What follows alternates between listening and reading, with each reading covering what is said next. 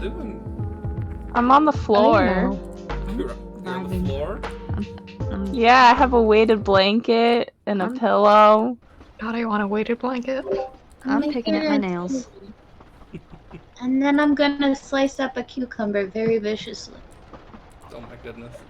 Imagine the stick of my enemies. Okay. That's totally fair. But, how are y'all doing? Do you guys have any fun things going on this week that you want to shout out? I miss Macy. For the people in chat, Macy's a cat. Next week, catch me on Olive Stream on Monday for D&D. That's same. I mean, catch it's us. Not a fun thing. It's not a fun thing, but like my hand's busted. Oh boy. So it's like it's bandaged to hell right now. I can only just about hold the pen properly and write. Ooh. But like I would commit crimes. I have no Wi-Fi. I have a lot of rocks. Okay.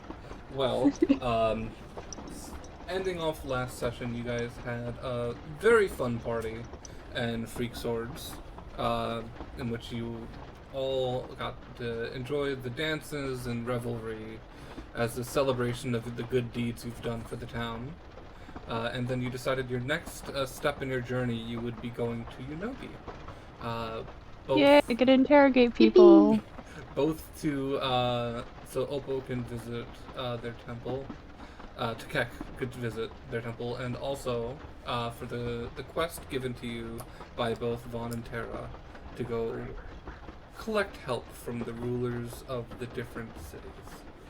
Hemlock is going to interrogate the first, Kenku they run into. Very fun. But, without further ado, let's hop right back in. I believe we ended off with Prar and Tekek discussing about a recent dream that Prar had.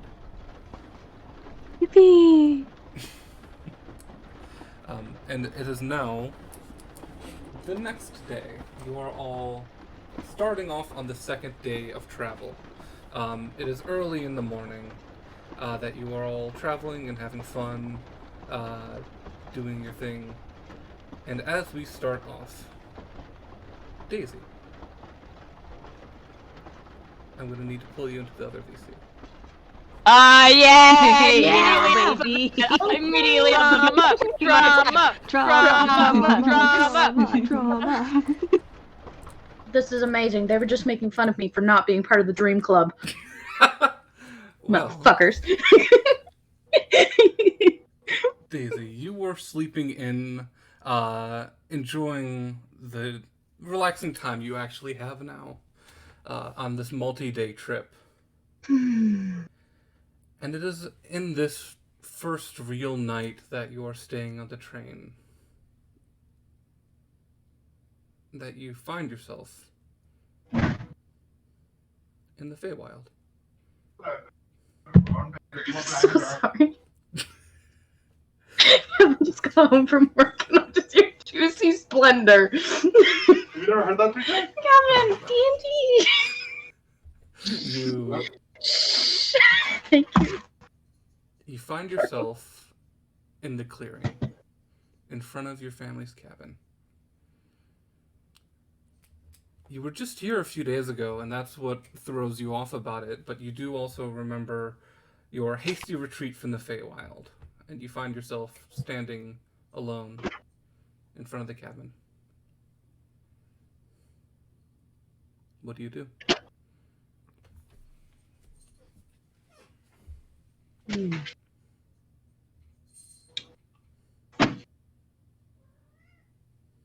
I'm gonna start hoping that my mother is home, and I'm gonna try and go into the cabin. You swing the door open to the familiar low-lit interior. Normally the sun shines through the windows, lighting up everything around. But even though it's bright outside, you walk in and it is darker than you remember. And you see, sitting in the middle of the room, your mother, facing away from you.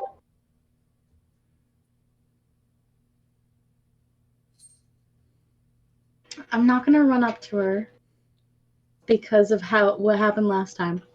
But I'm just gonna say, Mommy? Is that you? Is that really you? You hear this deep sigh, and her shoulders slunch. What did you do?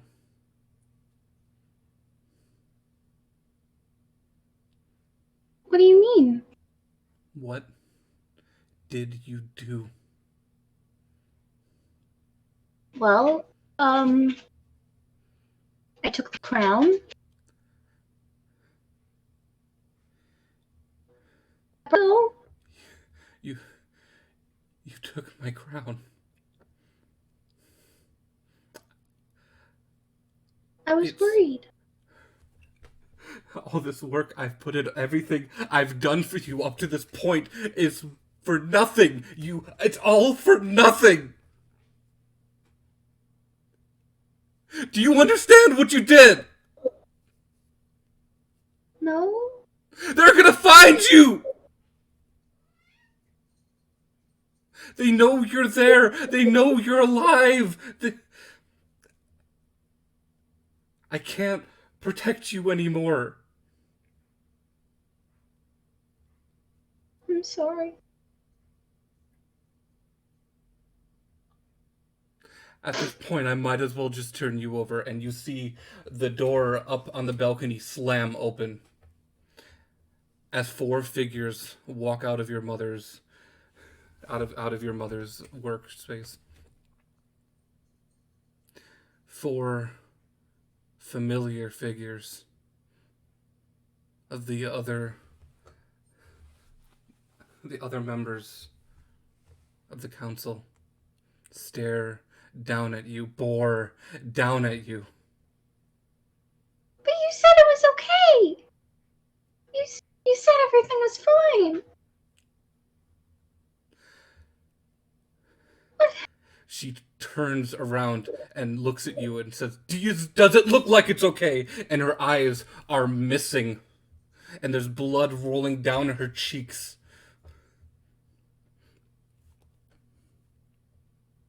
And you see, weaving out of her eye socket, a thin red string.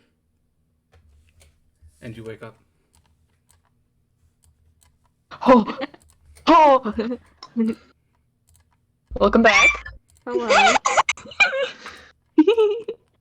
How's your trauma? Welcome to the club. How was it?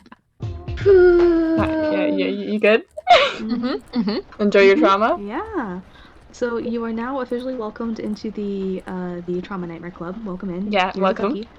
Daisy, Red Thread Society. Side is note? like you wake up. I just out of character. I love that. And I think there was a reference also to the magicians in there. And if it was, made me very happy because I heard you say that and I'm like, oh fuck. I was not planning a reference to the magicians, but I have been re-binging the entire series. So. Do you know what I mean? You know, I'll DM you. Part. But Daisy, you wake We've up. been scheming. we had some thoughts.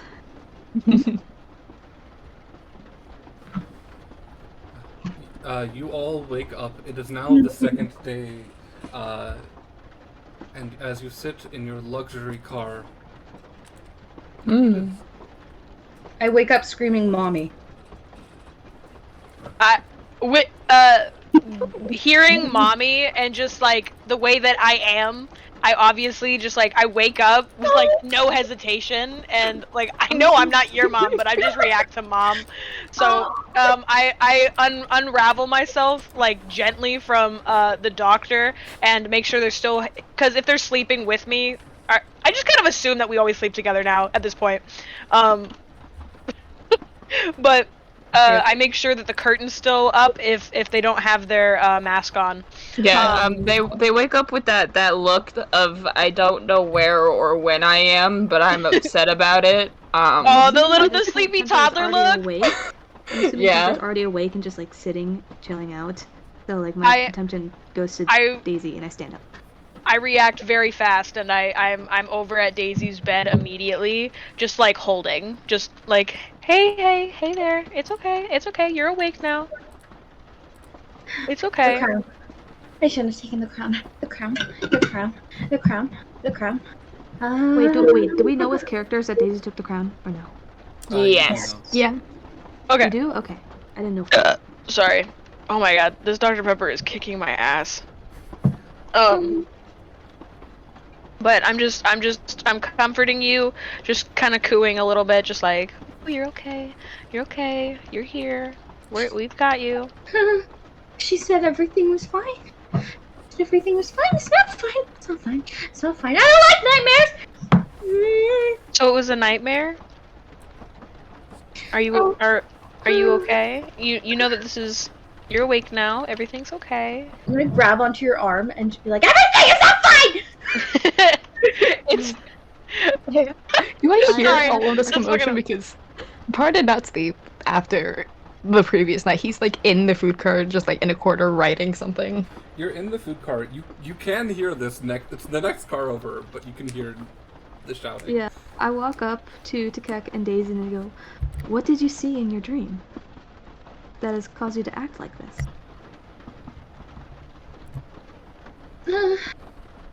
Mom was very mad. Mama's very mad at me. She's Daisy is just shaking back and forth. Just back and forth. Mommy issue. They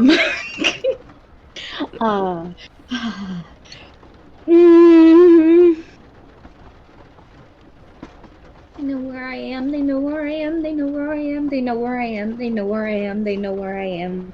I grab onto Daisy's shoulder, and like, I just go, I need you to explain in more detail. I have something that I think is connecting us, but I need to know for sure before I freak anyone out.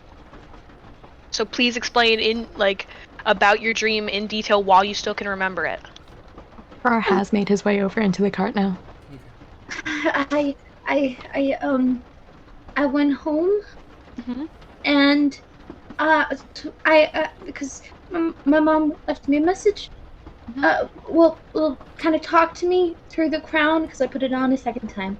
And she said everything was fine, but that, like, she'd need the crown back, and but then in my dream, everything was not fine, and everyone on all the courts in the Feywild, they were coming for me, and my mommy turned me over because she couldn't protect me, so it's just easier to turn me over instead of things. I don't know.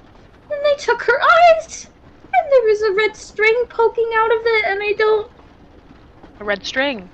A red string. Okay. The doctor comes down at this point. And I- just like, Sorry, go ahead. it's just like, and you're certain that's what you saw?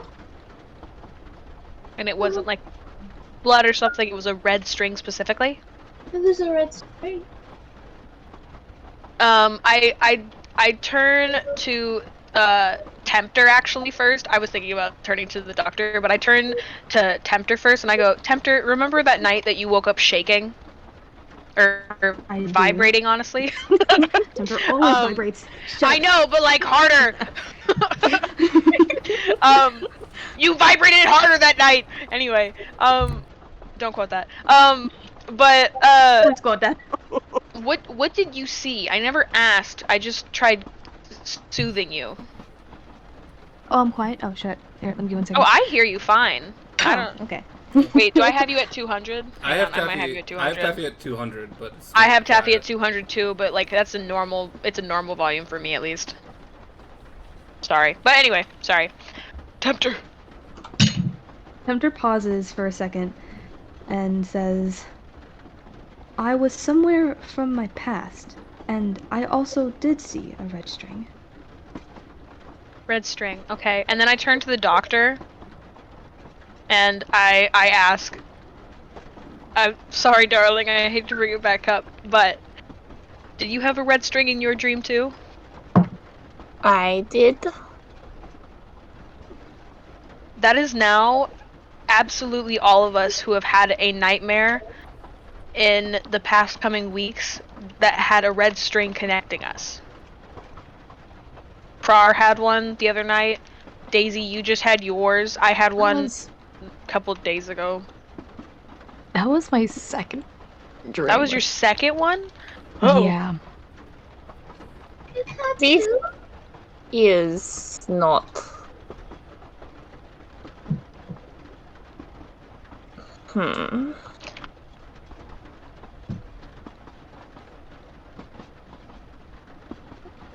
So, all have had nightmares in the past couple weeks, apparently more than one, that...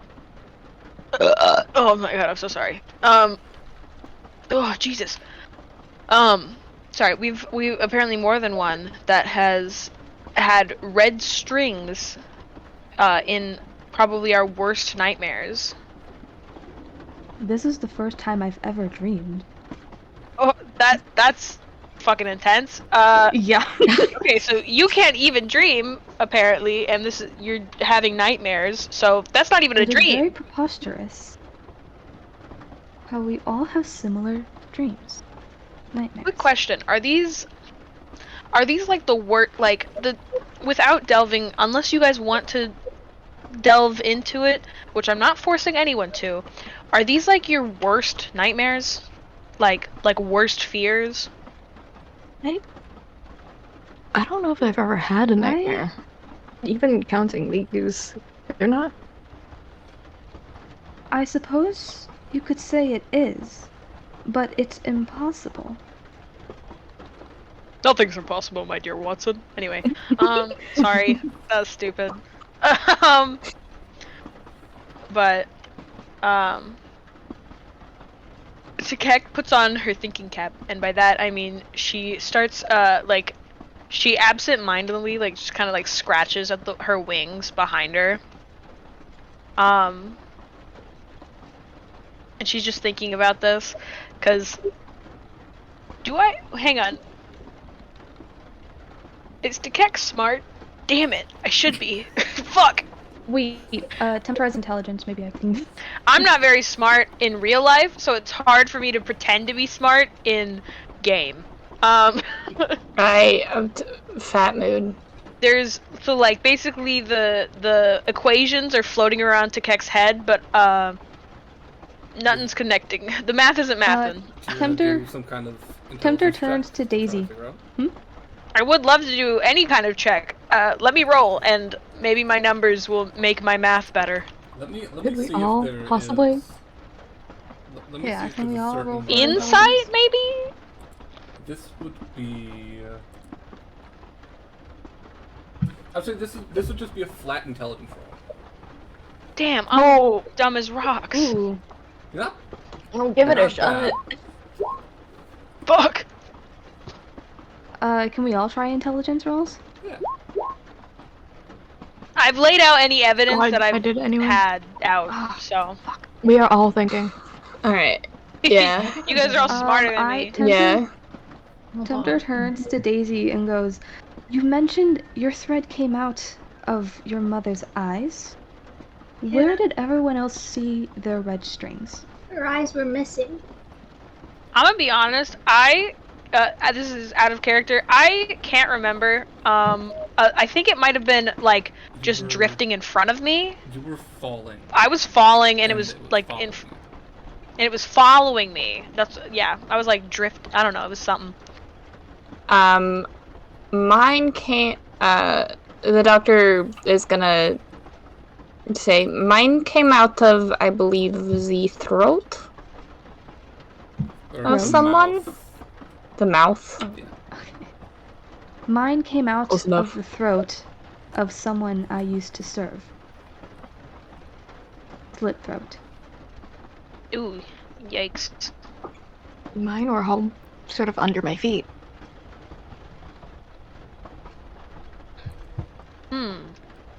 Now, what trying to does see if this there's, like- tell us, God? I'm trying to see So, if there's like a connection between like the circumstances. Yeah, I'm dumb as rocks. I God. need. Prar, you, Taffy, so Tempter and Takek, you both specifically have read a little bit about. The first thing that comes to mind is the Red String of Fate, which Oh, is go hardy hole. which is something that's brought up a lot in religious texts. Oh, yeah. Prar, you know specifically there tends to be magics surrounding dreams. There are different magics that could affect dreams. And fortunately nothing else really comes to mind. I'm gonna relay the information of the symbolism of the red string of fate. Just, yeah. Nodding. Mm-hmm. I mean, there's magics that can affect dreams, but I don't know anything else. There are herbs and medicines that can induce like lucid dreaming Is it and possible that someone has charmed us to have these dreams? Warforged do not dream normally, so I do not know how it was possible for me to experience this. that is particularly strange. Hmm. You guys are getting fucking nowhere with this. I don't know what the fuck's happening. We're all very stupid. We are dumb as rocks. Oh my gosh. Also, Takek, what immediately comes Yes. to mind for you is the vision you had at the end of the last session. The vision, Oh shit! the vision Yeah. of the Ah. goddess. Oh! My dog wants into my room right now. I heard her just knock at the door. The thing is, I'm stupid. Do you not wait? Wait. I kind of remember. You Damn. I kind of don't. you were walking through the train cars and you appeared in a field. Oh, right. in Right. which Our goddess appeared in front of you and said, "Save them." Oh, right. Okay, I remember that now. Yeah, we Sobbing, crying. Who am I saving? Kissing. didn't. You say kissing? Okay. Mwah. Kissing. Oh, Kissing. I mean, we could kiss. We could kiss, you're right. Damn. Oh. Hmm. If you guys don't have anything else you want to do for the day, we can continue on with the train ride. We are simply thinking. We're trying We are to simply- figure this out, but we're getting nowhere. Oh, yeah. Well, Um, obviously, this definitely means something. Like, definitely fate feels like it's brought us together if we've been having these nightmares since. Who had the first one? And so I immediately turned to Prar and I'm like, you said you have two. So when was your first one? It was on the train, wasn't it? The first time. The first train? First train. Yeah. That was from the beginning of our journey. So that's. This has been going on this whole time. And then I turn to Kek and go, and I believe you had a nightmare soon after that everyone. I that was did. We when had tuna ordered melts. Tuna melts. That's when we had tuna melts. I believe I was the third, which happened a few nights after that. When did the doctor have one? The doctor was after you. No, I'm asking that in character because canonically the only one until now the only one who knew the doctor had one was the doctor in Tekek. Oh, true. It was not that long ago.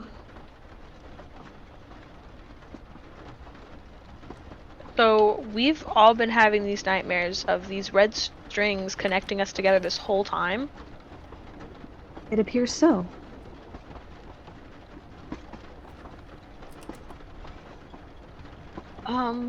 Well, I mean, didn't Vaughn, or wait, was it Vaughn or Tara? Didn't Vaughn say we needed a name? What about the Red Fates? I suppose that could work, but I'm not very prone to the color red. Looks at arm. Shut the fuck up. Shut Blinks up, at you. Shut up. You just see the faded red paints on Tempter's arm. Do I notice that they're looking at the arm? Pretty obvious. Okay, I just kind of shimmy the arm back. Kind of put it behind my back. Aw, Tempter's so shy. Kidding. But, Oh, if only you knew. Anyway, I do know, like, red is my least favorite color. How about the blinking woven at face? Prar's red hair. Blink, blink. The doctor's red scarf. Just blink, Don't blink. worry about it, guys. I wish I would have Don't made worry about I wish I would have made my heart gem red instead of pink. This would have been perfect. Shut up. Just up. like blink, blink. We're all some kind of red. Oh well, Shush. most of us. Anyway, but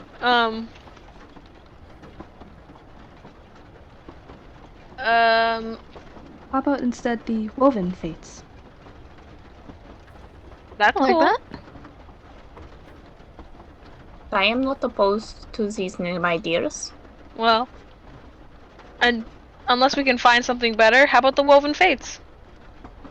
That works for me. Does this work for everyone else? I also Yeah. am no longer gonna think past this. Woven fates is just what's settled into Keck and Possum's mind.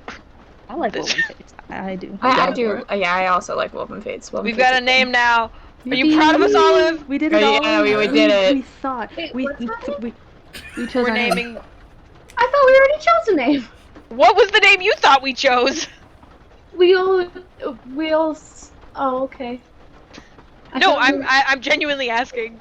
We had, when we were in, the general chat, we were doing the questing queers.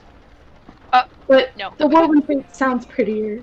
All my love, but absolutely not. I would not have ever gone for that.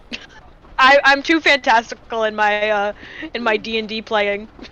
Like last week, I was thinking, do I want a goofy name or do I want a serious name? And like, Yeah. yeah, and I'm like, I think serious. We settled I on was, the I was okay with serious. either. I think serious was better. See, I think D&D isn't supposed to be super serious. Like, it is serious, but it has its funny moments too. But like, this is some epic adventure quest thing we are that we're doing, literally you know? fated together, guys. Exactly. And then it's just We are happens to be that we political also envoys. make memes. Oh my god, why are you naked? I can't believe I left for like 3 minutes. I'm not And this good. happened. Also, when you were in your dream and we were just talking, we thought about red fates, but I'm like, no, I can't. Tempter cannot. Not Tempter. Not to tempt. And then looks at Taffy red said- arms. Looks at red arm, looks at Prar's red hair, looks at everything that we have on us that is red Hey, as you're shit. gonna have to find out why later. Ooh, delusive. Oh, trust me, Takek's not gonna ask you like flat out like why not red? Just like it's just like you got your reasons, got it. Later and in a softer moment, probably will just be like, huh? Why? So what's our name? Woven fates. Okay. I wasn't here. I wrote BRB. I'm sorry. Most of us aren't even looking at chat right now. It's fine. It's I'm fine. sorry. You know, I just missed an important moment. It's fine. Sobbing, crying, A little bit, yeah, actually. Shitting my. shitting my dick. Nah. So, I died. if are you all good with moving on for the rest of the day, or do you have more you can talk about? I do want to have a one-on. Oh, I do want to continue the one-on-one I started last session with the doctor, but that can happen anytime on the train ride. I want it to be known. I do my usual thing, and I go say hi to. Oh, shit! Did I write their name down? The train conductor. Yes, I have the name written down in my notes. Let me find it. I need someone to roll me a d20 for the second day of travel. Hosen. Can I do it? Bet. Oh. Okay. There'll be a few chances. Oh. Who's doing this? I wish I would have done it. Ooh. Ooh, indeed. Ooh. Mm. Passing through, you're still in the desert portion of the trip. There is a sandstorm. Ah. It buffets and very heavily hits the windows, and it slows your travel a little bit. But other than that, there's no trouble. Yeah. We are going to move on to the third day of travel. It is the third day. Tempter, you wanted to have a moment? Yeah. So last session me and the doctor started a one-on-one, but it unfortunately had to end. But I want to continue it. So I go to the doctor and I go. You mentioned you are trying to get back to your continent. How did you end up in this one? That is a long story. Basically, I was kidnapped by pirates. Okay, I was not actually expecting you to actually just say it. Wait, I didn't think I'd get this far. That's the most they're gonna tell you. There's a whole lot more to it, but that's all they're gonna say. Okay, I see. That is very unfortunate. Yes, I don't suggest it. Honestly, it wasn't a very good time. I would believe not. I've heard pirates can be very treacherous on the open waters. Yeah, they weren't very nice, but they're all dead now, so it's fine. I see. Well, I hope that eases your mind that your troublers are now deceased. Yes, well, I kind of did the deceasting, so fixed the problem myself. Gotta do all this shit yourself, you know? If you don't do it yourself, it won't get done. So in the end, you were the one who freed yourself? I did what I could. I wish I could have done more, but alas. Shit happens. Shit does happen.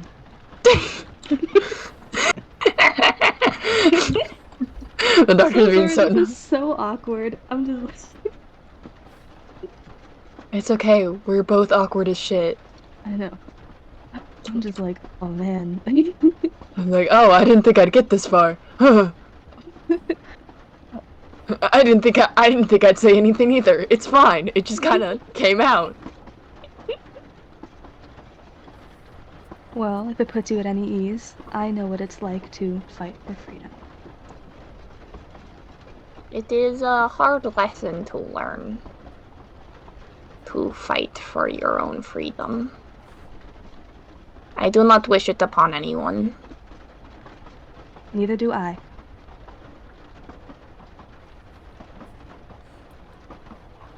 I think that's it. That was pretty good. Yep, we're done now. Good, yeah, we're done. I need someone to roll That was so D20 awkward, but I for loved the- it. For the third day of travel.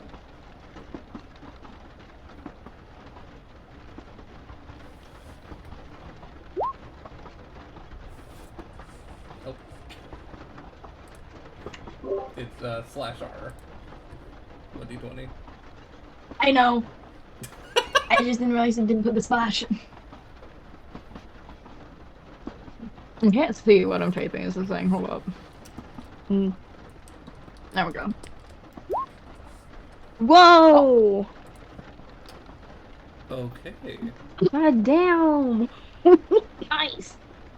Today is Poggers. not only an extremely smooth day of travel, the weather is beautiful. You cross over the threshold from desert into plains, and you are enjoying the scenery, sitting at the table in the back diner cart, and you notice a couple having a meal, and they after they leave, they go up to the head of the train, and you notice one of them left behind a coin purse.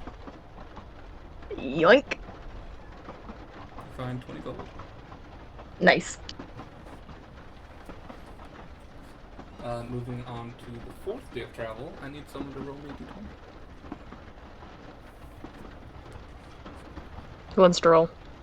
I'll try. Oh man, I didn't get to my mute button.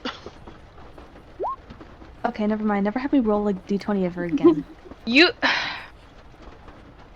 I just wanted to roll, man. I don't know how many days we have left. So. I think we still have one more day after this. This would be the fourth day, which would be the second to last if the train did not break down. Fuck you. About halfway through the day, the train stops. An announcement. One of the guards comes up and explains to each of the cart. There's a problem with the engine. It takes a little bit of time, so it's going to add half a day to your travel. Okay, that's not that bad. This train doesn't have Vanessa on it, does it? Have a what? Vanessa. I was gonna ask, but I got thrown off when I came back. I forgot what I was gonna ask. Train does not contain your girlfriend, does it? Taking a look, keeping an eye on the cooks, it does not look like Vanessa's working on this train. Okay. And then, so moving on to the fifth day of travel. I need someone to roll a d20. Oh, Dibs. Fuck. It's It's as average as it can get. Yeah, it's a very average day. Nice weather, not too nice, a little cloudy. It's a quiet day on the train. Does anybody want to have any other scenes? If not, tomorrow's going to be the last day of travel.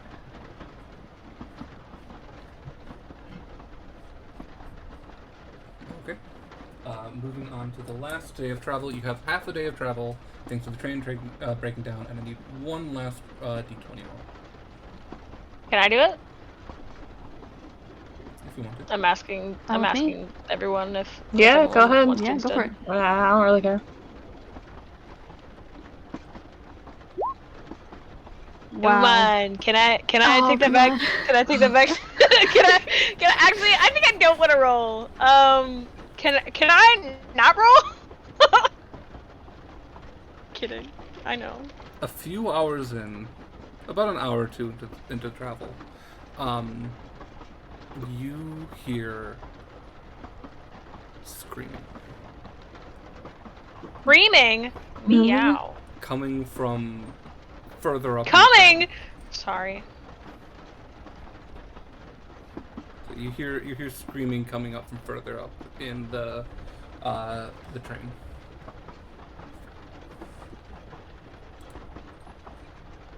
Oh, investigation time.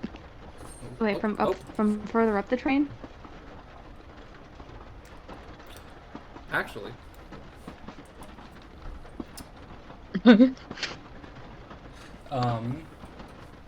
Popo, I need you to roll another d20.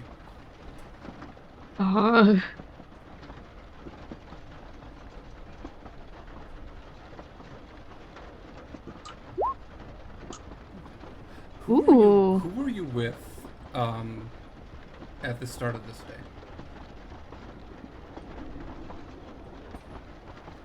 Do you think you If were... it's like morning, like waking up, I'd still be with everyone in the bedroom. or not bedroom, like the suite, the Yeah, you know, the sleeping evening place. area. I thought we'd all be like together. Yeah. Yeah, probably. Unless Prar is not in the quarters, because Prar, you sometimes sneak off to the food cabin to just sit in. I think You all he's probably do just chilling. hear a scream coming up from the further part. Do you go and investigate? Yes. Moving up, you hear, you fling the door open and you see there is a woman standing and pointing out the window, screaming, and then all of a sudden,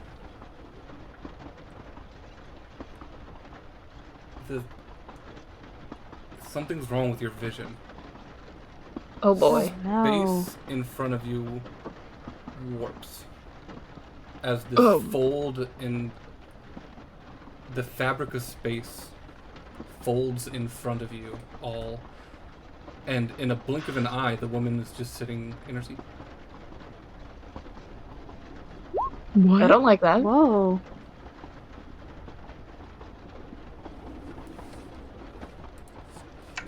I don't like that shit. Wait, so I'm wait, sorry, what just what? happened? You saw space fold in front of itself. Cool. I'm taking out my Okay. sword. I rolled shitty on initiative, but I'm taking out my sword.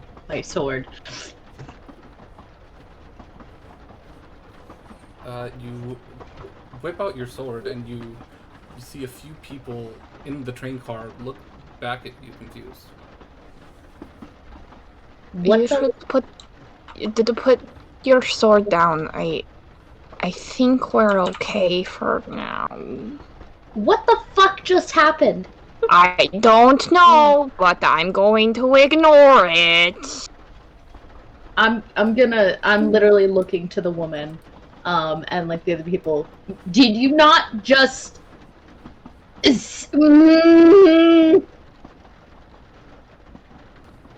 I'm gonna put my sword away and I'm gonna walk out the cart and be like, nope.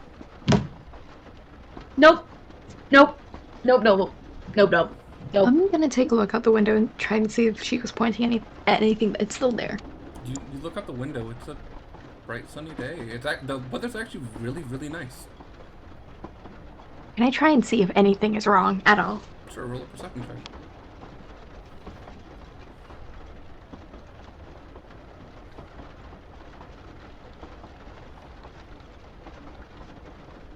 $25. Oh, I didn't see it come through. It takes a while because I'm doing on the Oh, app. okay. Yeah. Okay. Taking a look, everything seems to be completely fine. A few of the people seem confused why Daisy ran in with the sword drawn, but take a look outside. Nothing out there that would cause someone to freak out or scream. If I wanted to see if there was like any magic, like residue, without having detect magic,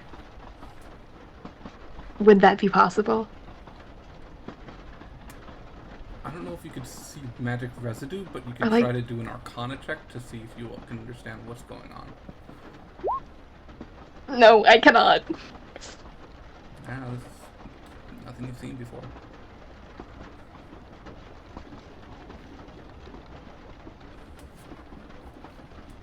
You all kind of keep your eyes out in case something weird happens again, but the rest of the train ride happens without any issue.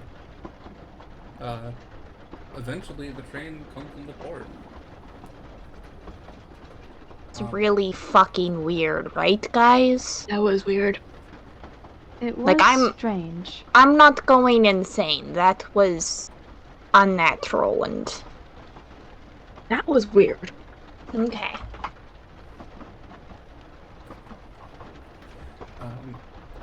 You all are escorted off of the train, one by one, following the rest of the passengers, and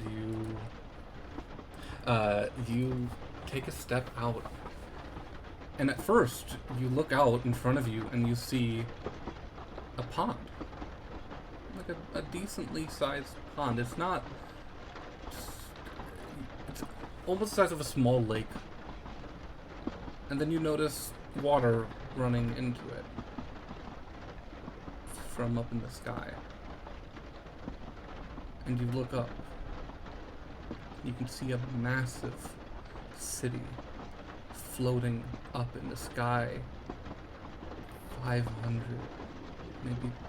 maybe 1,000 feet up, with, you can see just the lip of buildings on the edge of it, and these bright, glowing green crystals in the ground at the bottom of it, and you can see structures hanging from underneath this city at the bottom of the rock. These little outposts. You have all arrived at Yunogi.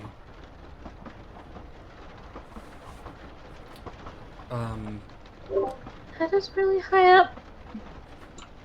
Would now be a good time to mention that I'm afraid of heights. I was about to say, I don't suppose anyone is afraid of heights. I mean, it depends on the situation, but that's really fucking high. Just so Stream knows, Oppo had a run, so I will be piloting Tekek. And Tekek will step up and just say, welcome to Yunogi. This is my home. This is beautiful. I have been here before, but it is always a sight to see. I've never seen anything like it.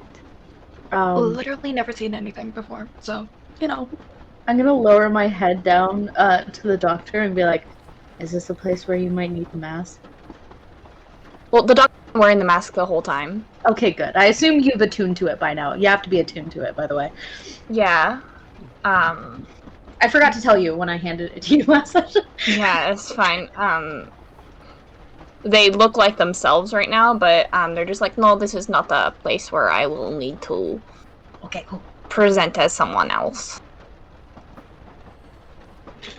So, the doctor, you would know, following the crowd of people, you would follow it to a wooden platform, which they load about 15 to 20 people on at a time before switching, pulling on a lever, and you watch this platform raise from the ground up and up to to the edge of the city, to the sky port.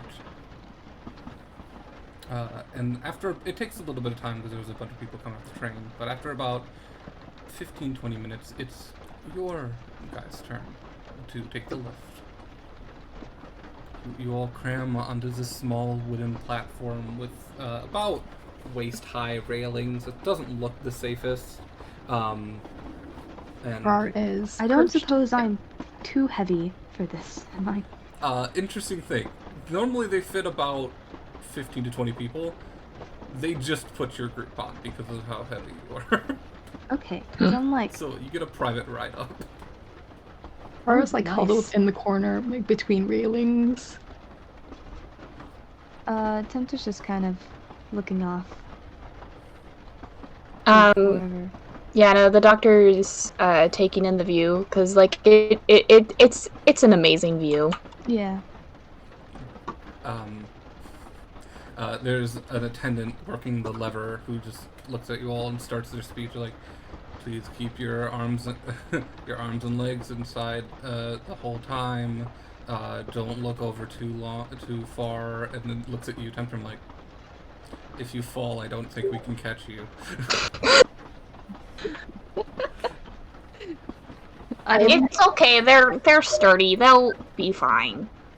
I am very much right in the middle of this thing because I don't want to be anywhere near the edge. And you see the attendant flips a switch and the whole platform lurches.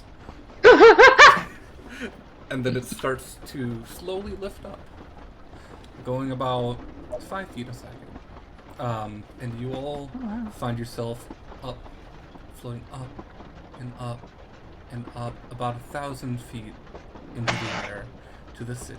And you see there is a dock built to the side of this city, which has skyships.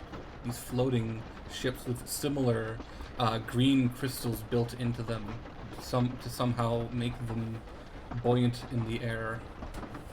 And you find yourself in Unogi. Sprawling cobblestone paths lay ahead of you with brick buildings, both red brick and stone brick buildings, all in front of you. It is a very immense, bustling city. In the center, you see there is this live, open market, and you see a sign that says the Skytop Market. And farther off in the city, a little higher than the rest of the buildings, you see a castle made out of this dark stone brick, and on the side of it is a tower floating off the side of the castle. No stairs, no walkway to it, just floating by itself. We're all in Unogi. Mara is immediately looking for the nearest tavern. Sandra's just taking it all in, just like, ooh. If you ask for a tavern, Takak will say, I can show you. It's the Meadows Maw is the biggest tavern here. Do you know if they take performers? Probably you'd have to ask Meadow. Who owns I the will tavern. go ask Meadow.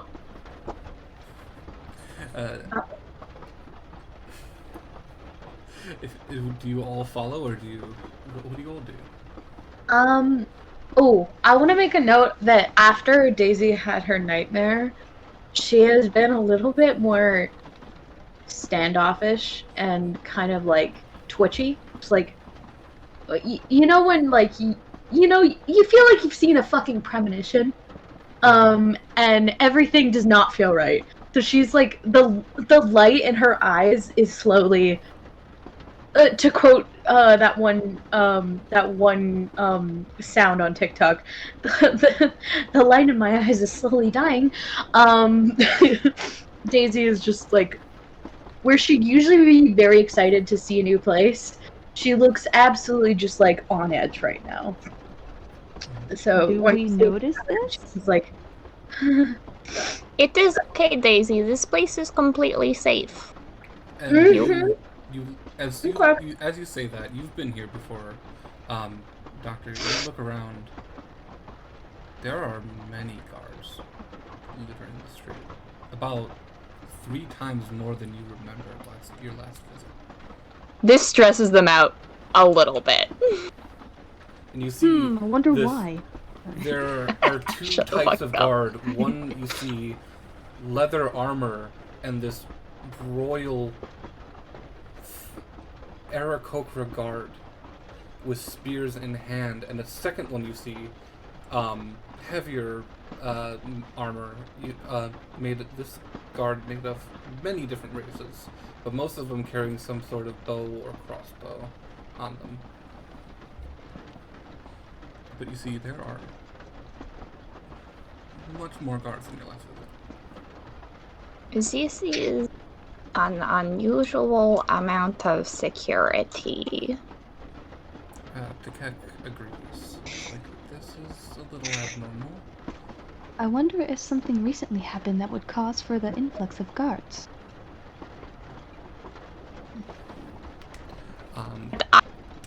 Personally, know of, but maybe. You haven't heard anything. But you wanted, you wanted to find your way to the tavern, right? Yes. Do you all follow, or is this a Par solo? Yeah. Well, I'll follow. Going on a solo Follow. mission. I will follow, and Daisy's just gonna keep pulling on her ears because, it feels... Okay, so you know when you go up like a hill and your ears pop? Oh We yeah. did just essentially go up Oh Like- yeah. an insane amount. She's like, just.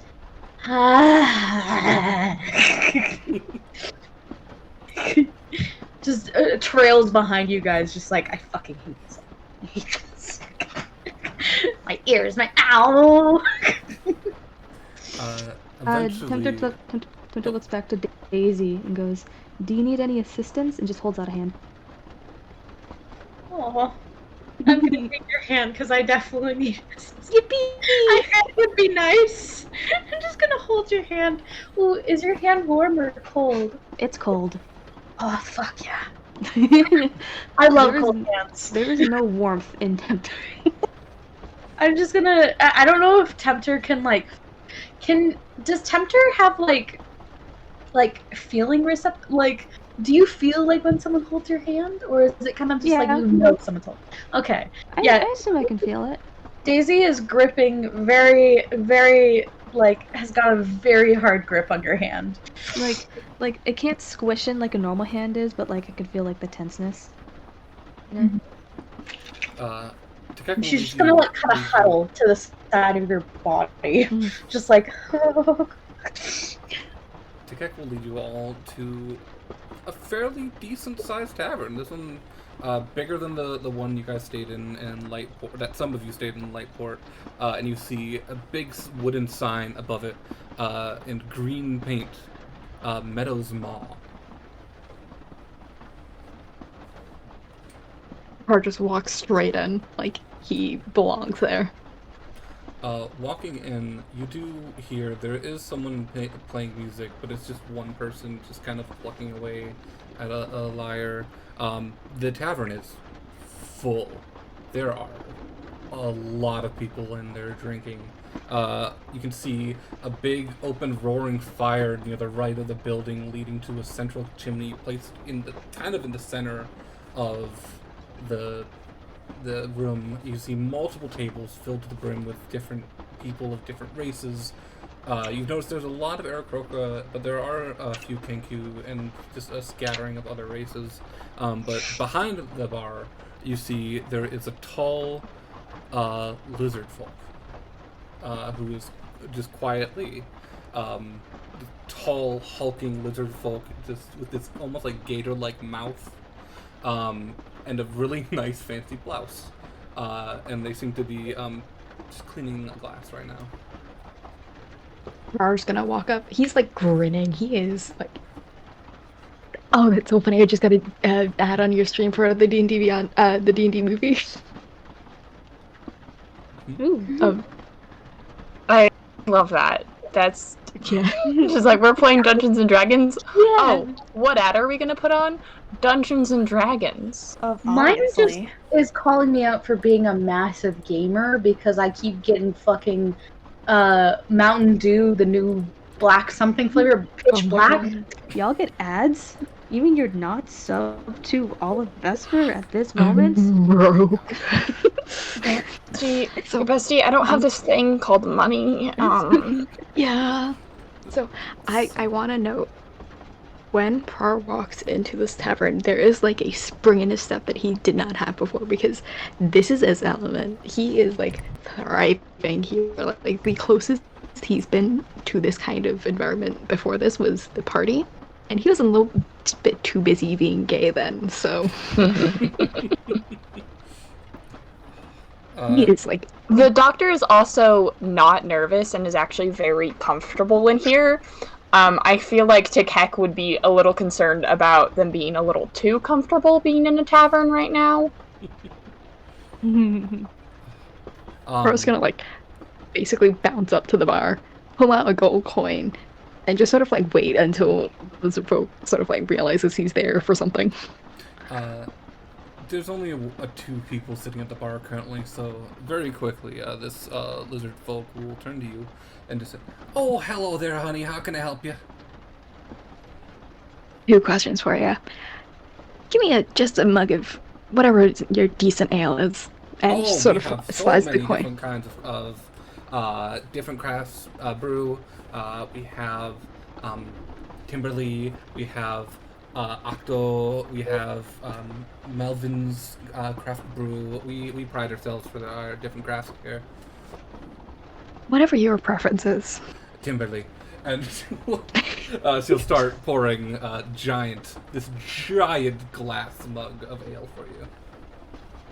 He's just going to leave the gold coin on the on the bar, and then he's going to just continue talking. Like, who would I have to talk to about possibly performing in this lovely establishment of yours?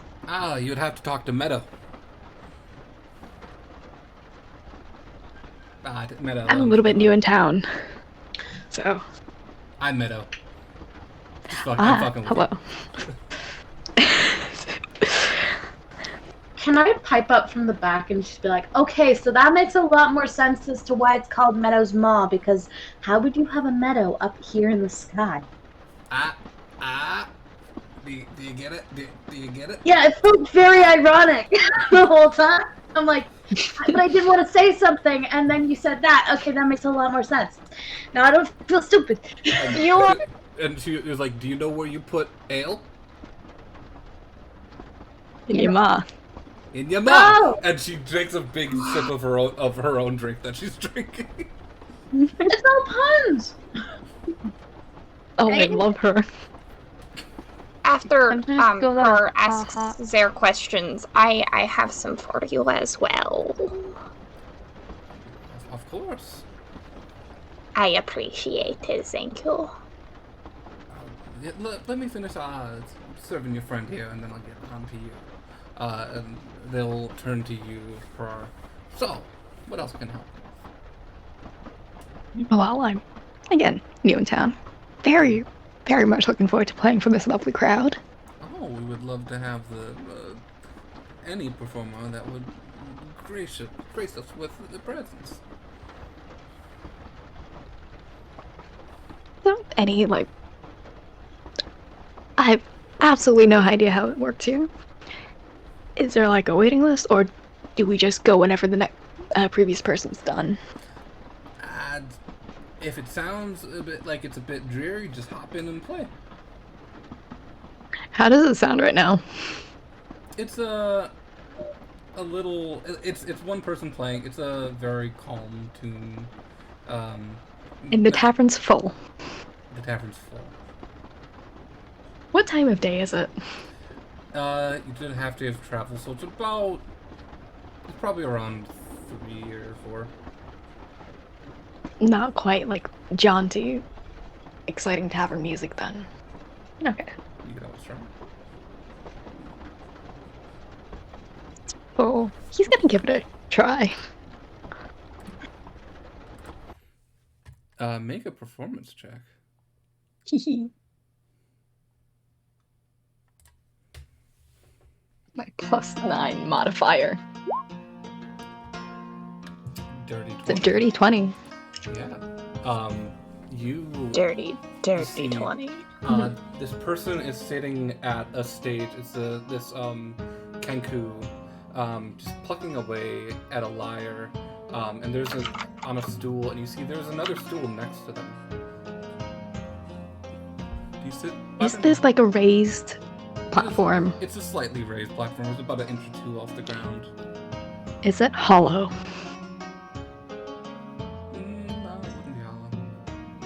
Damn. I was just trying to think. How would he be able to do like percussion without having spare hands? So like stomping, but it works better if you have like a hollow platform because it's more reverb. You know, then it probably would have been built hollow then, because that does make sense. So he's gonna walk up to the platform and sort of like tap the Kenku. It's like, do you mind if I join in a little? Sure. Go ahead. He's gonna... Oh, does he have a lyre? Or... Yeah. The Kenku has a lyre. The Kenku has a lyre. I think I said Sorry, a lute. Okay. I don't remember if I said Prar had a lyre or a lute. I think it was a lyre. I think he had a lyre. We'll go with a lyre. He's gonna pull out his lyre and just start playing. Sort of like matching the Kenku at first, and then sort of picks up speed and pulls it in his own direction. Nice. As you do, you're pulling this performance into your own way, and it does lighten the mood. It brings up the mood of everybody, and you hear cheers go around. You see people clinking their steins together. You're doing a pretty good job raising the attitude of the room.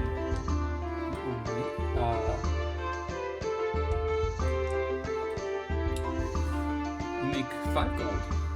Okay. Nice.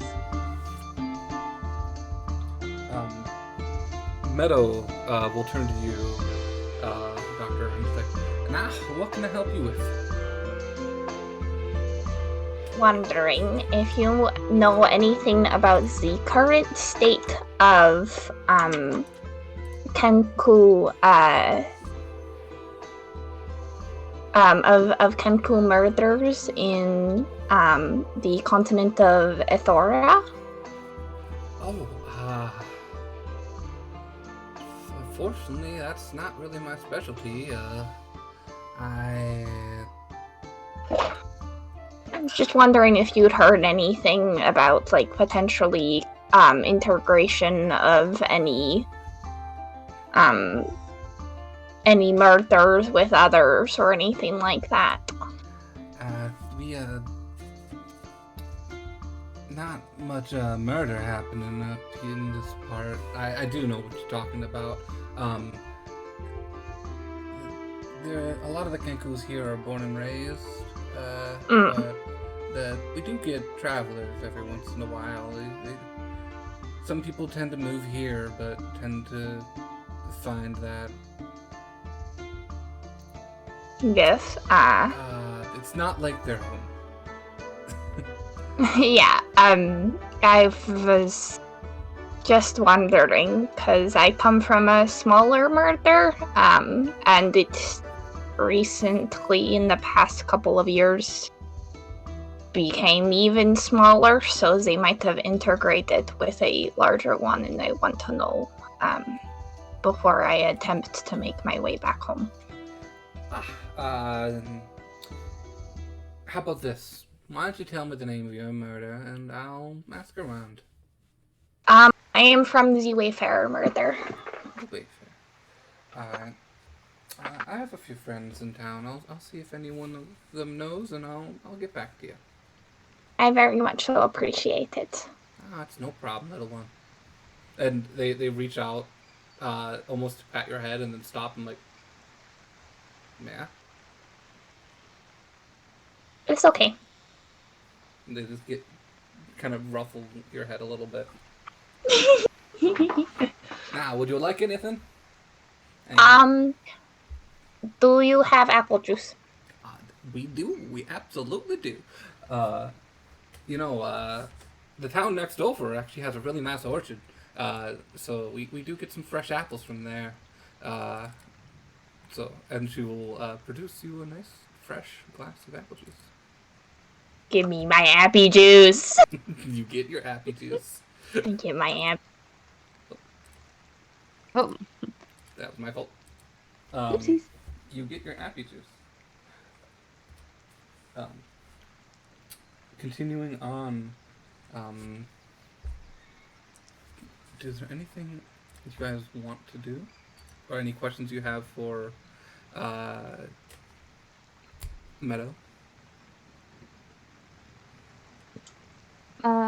Hunter approaches Meadow and says, "Has there been any chance you have seen another Warforged like me around recently?" Oh, wow.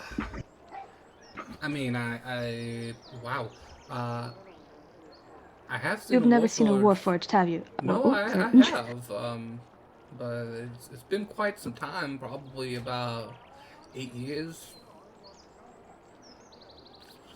We don't see much of your folk around here. I'm aware there are very few Warforged in the country, so I'm not surprised. Thank you for your intel. Oh, it's no problem. So, are you all, I'm guessing you're all fresh faces, new in town, traveling? Do you guys I have have been. a place to stay? Not we're not all new to town. I have been here before, and Tekek is actually from here.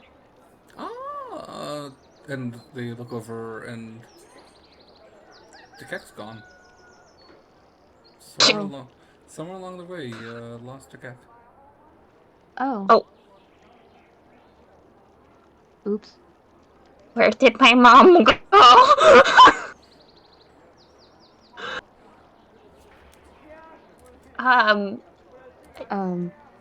Okay. Tekek is not here anymore. Did anyone see Tekek leave? I have not. Absolutely shredding it on his instrument right now.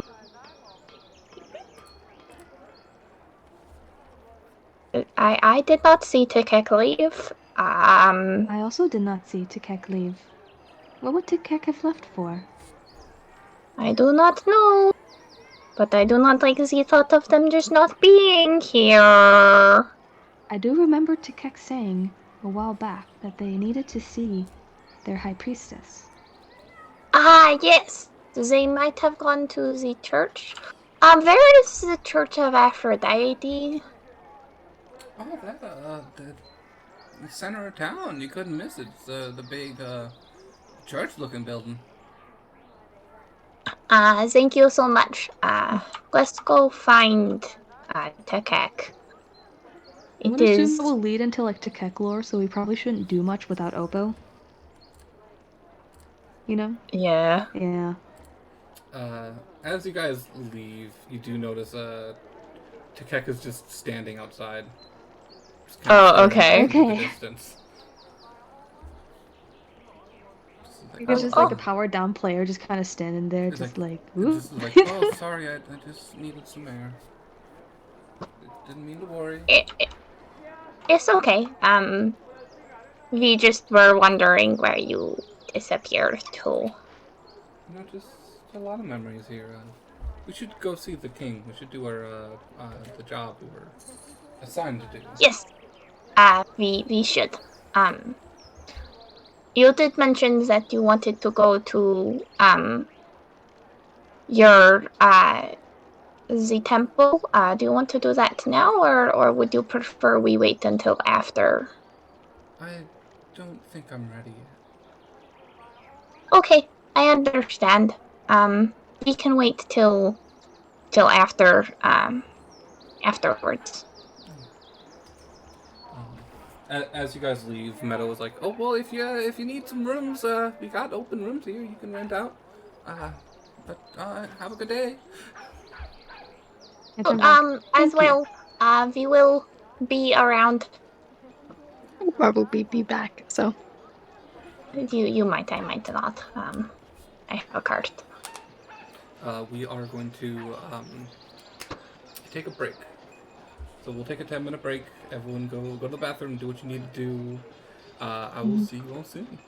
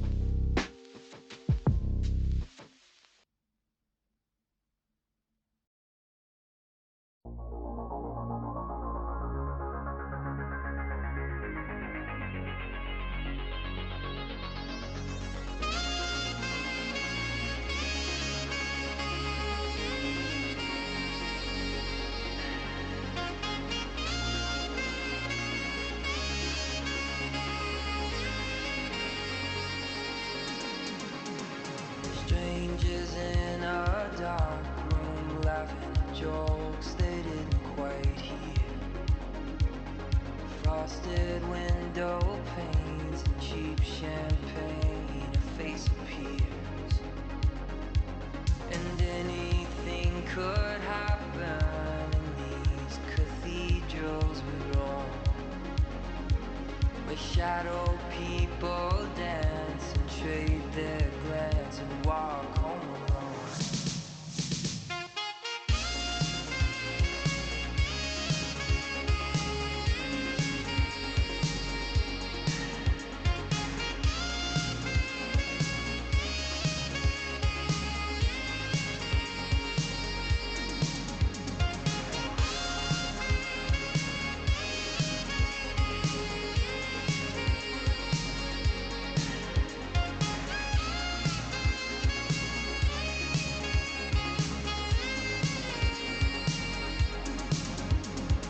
Staring out the window of the Roosevelt Hotel, watching Midtown empty out and a kiss of farewell. They say we come from nothing and to nothing we'll return, and in between is gravity and bridges left to burn.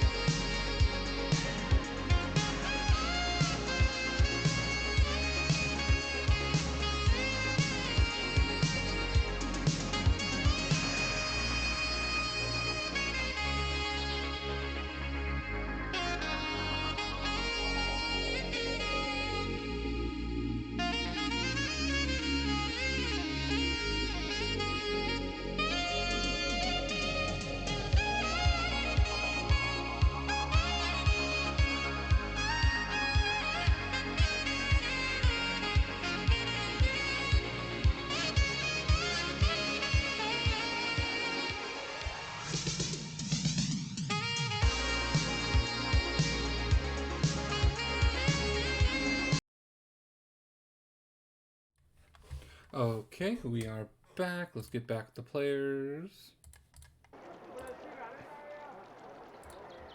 Glad you all noticed the Hello. irony. Oh, hi. Hi. Hello. Welcome back.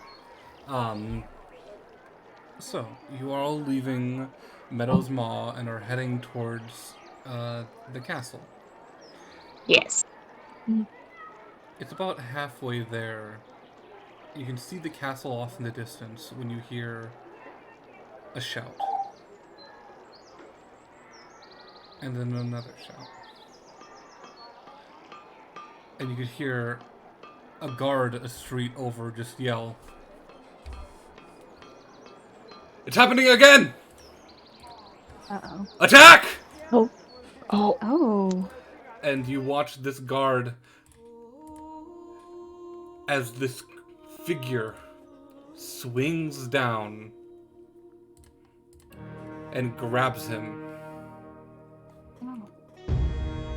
I need everyone to roll initiative. Oh, come on. You said it was safe! There's initiative. There it is. You my initiative. Anyway, Love That's that. a 19. Nat 20, baby. Hell yeah. At least someone's rolling good. Hey, I rolled worse than you. You rolled a 7, I rolled a 6. Oh yeah, thanks to reference to Keck. Yep, I got it. Let's just say Daisy's still traumatized and she is caught off guard. And that is why I rolled so shitty.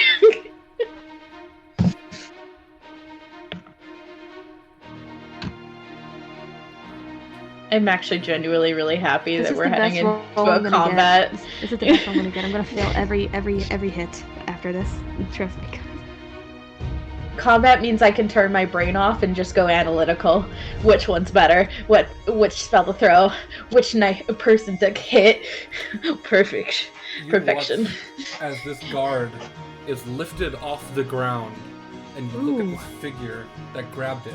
This humanoid bird-like creature, a harpy, and you see another one land on a roof. Uh-oh. And a third. There are 6 harpies, all on the roofs of buildings around you, staring down at you as you are in the open street. Tempter, you are first in the initiative. Okay. It's not the. You know what? I don't know if I want to save a rage for after we come more into the battle. Yeah, I'm gonna save a rage for after we're a little bit more into the battle.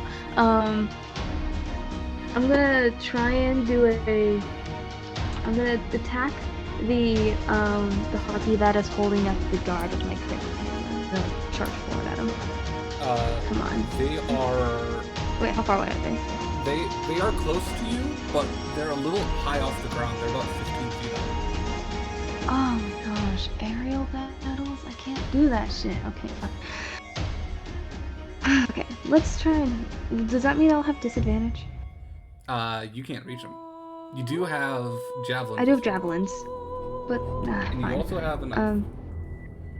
I have what? You have the dagger.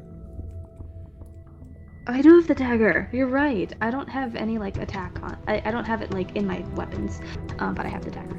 Let's start with the javelin so we can not have this guard die and we can get the harpy's attention on this. Let's start with javelin. 2 javelin throws. Oh, I First do? one, yep. You have 2 attacks now. You leveled up. Oh, I thought you meant like I just get 2 javelin throws just because they're javelins. No. Anyway. That does hit. Okay. First javelin. Let's see. Boink. Okay. Okay. 5 damage. I'm gonna try to hit it with another javelin. Okay. Oh god, That that also hits. hits. Oh, almost perfect. Okay. You see the 2 javelins. The one just clips like, the wing, but the other one just impales into its shoulder, and it looks you and screams. Do you want to do anything with your bonus action? If not, it is the next. What can I do with my bonus actions? You can raid if you want to.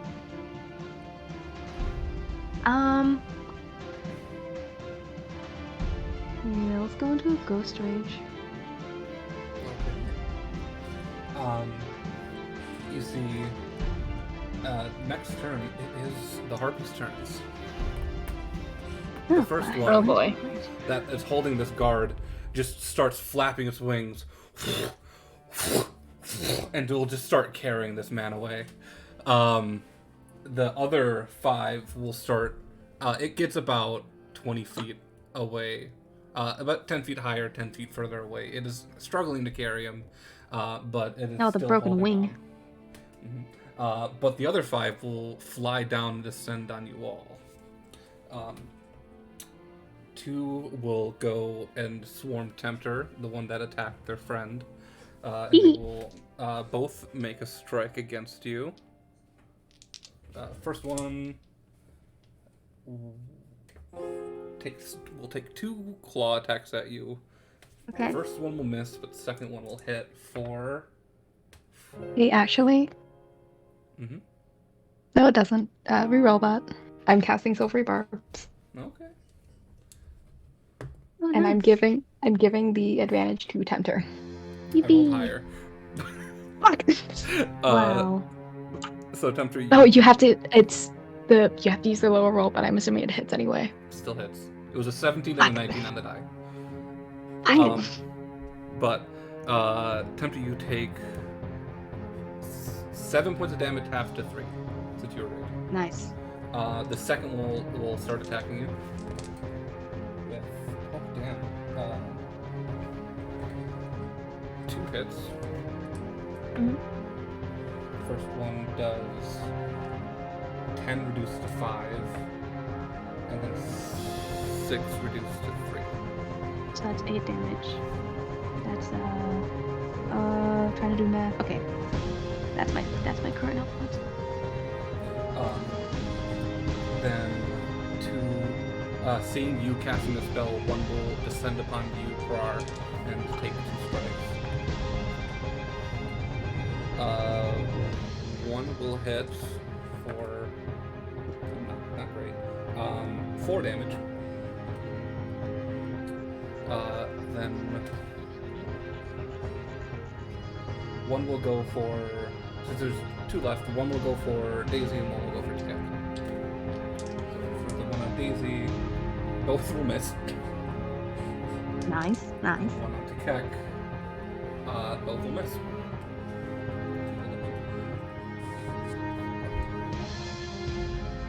Next in the order is the doctor. So the doctor is going to coat a dart in poison. There, I was gonna say none of them are near you, but you can run up. They are now hovering around your friends in melee range. How far from me? About 10 feet is the closest one. Okay, cool. That'd be Daisy. Yeah, so they're gonna hit that one. They're gonna coat the dart in poison using their bonus action, and then they're going to shoot that dart.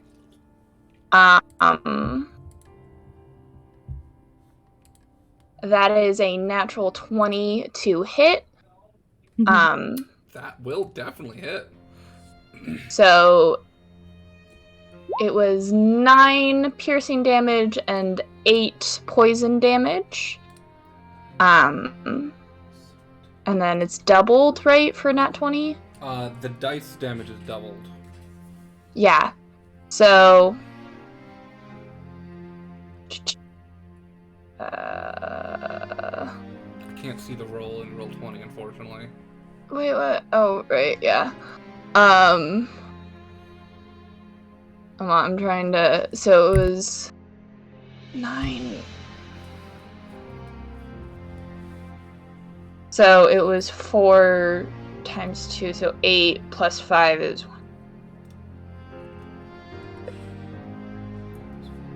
13 for the dart damage. Okay. And do I do it to the Yeah, double the poison damage. do I have double the poison damage as well? Alright. Well, it's just 2d8, so it's just doubling that 8. Okay. So What's the total? I So still have 15 plus numbers. 8, 13 plus 8. 21. Okay. Yeah, so 21 damage. And then I'm going to run up to it and use my second attack with my quarterstaff. Okay.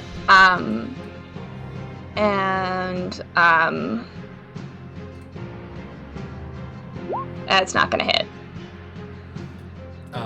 That does hit. That does hit? Oh.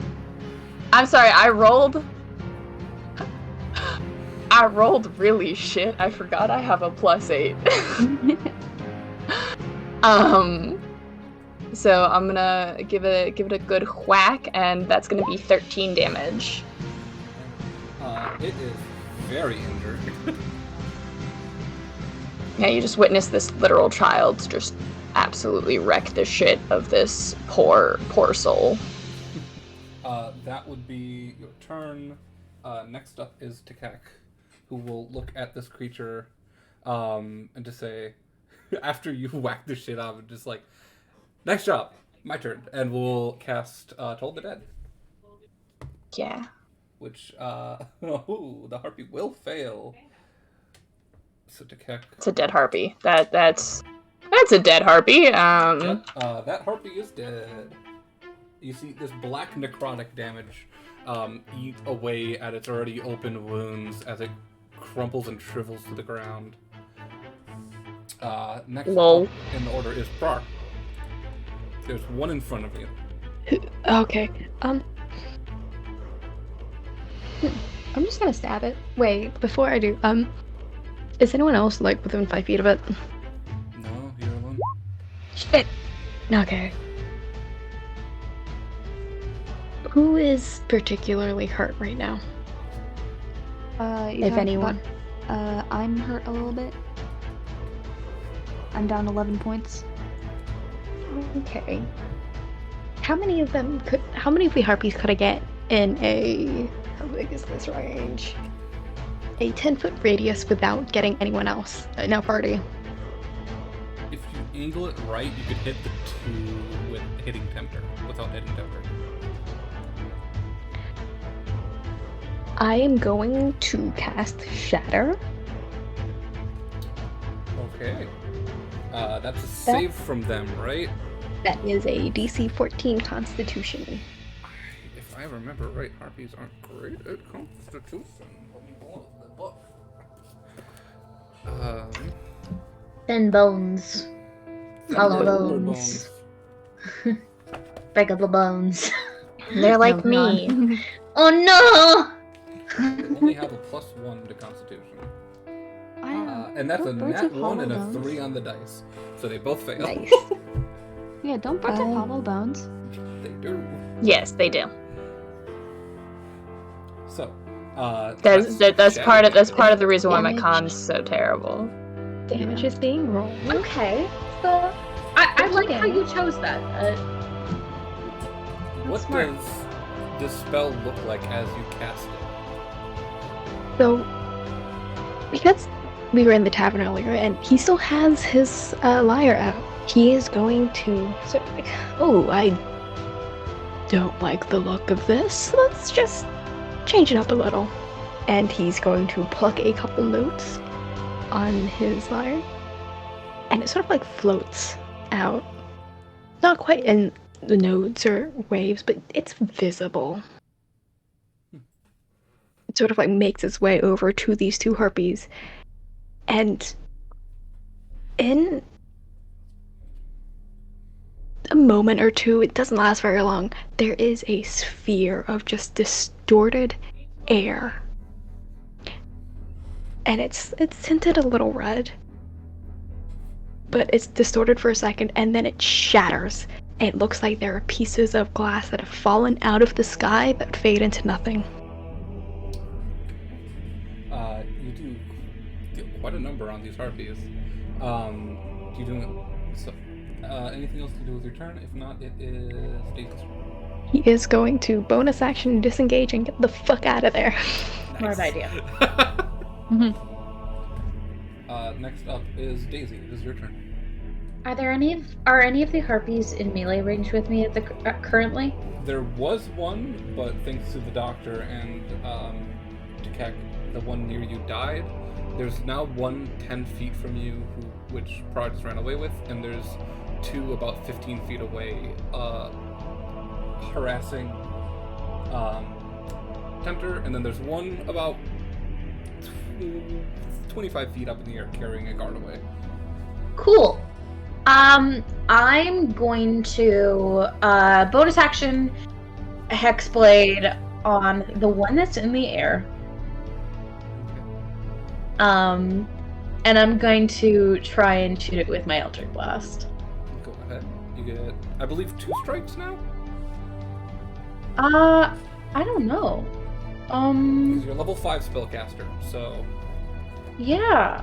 I guess I do. Let me check. I do! Which means I believe I rolled twice. You roll twice. Cool. Yeah, it just says total 2 beams now. 2 beams at 5th level. Alright, so that is... I don't think the 12 is gonna hit. I don't know. That is their AC, so it does hit. Oh, fuck yeah! Both hit. 4, and just let me double check something, because I believe my, I also, yeah, I did my Hexblade's Curse. It does work, it's not just melee. So, do I roll that once or twice?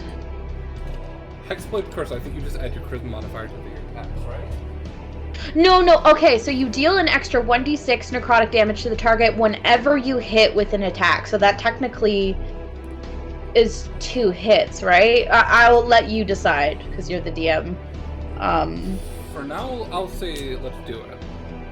Do 2? Yeah, I'll look into it. Cool. But for now, why not? Oh, So, cool. 7 and 5. The 2 wings blast it in its back as it is trying to fly away.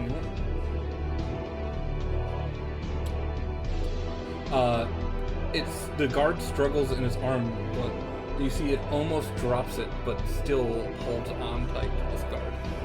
Cool. I'm gonna use, because I've used my action and my bonus action, I'm gonna run up to get underneath them so I can catch the guard if I need to next. I didn't think about that beforehand. And I'm gonna run up, I guess, they said they're 20 feet up in the air. They're about 20 to 30 feet far away, so you can get by. Cool. You can get underneath. I'll use my full movement and get over there. Yeah. Next is Tempter. You have 2 of these harpies in front of you. I'm actually going to use my first attack to try and either down the harpy that's carrying the guard, or at least get it to drop the guard with my javelin. Millie, I know you want in, but I'm busy. Sorry, my dog's scratching the door. Go ahead. Okay.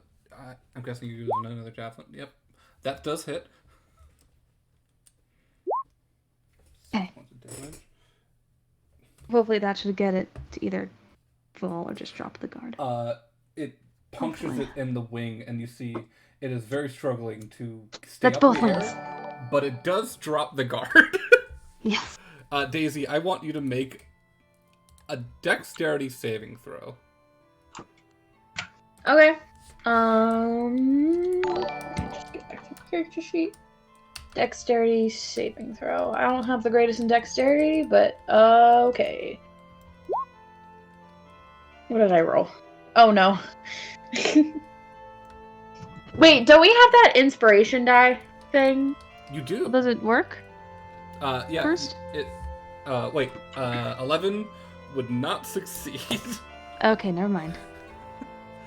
But so I if was you gonna want say, to- could I use my inspiration die? You can if you want to. Okay, what is happening exactly? What am I? Wait, is the guard the guard is is the guard a falling bird? onto you.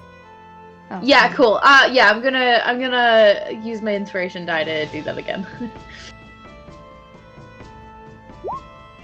Okay. Oh, look What's at that. that? 20. At 20, you do successfully catch the guard, Okay, stopping good. any fall damage from happening on it. I'm a Okay, gooder. now I have my second attack.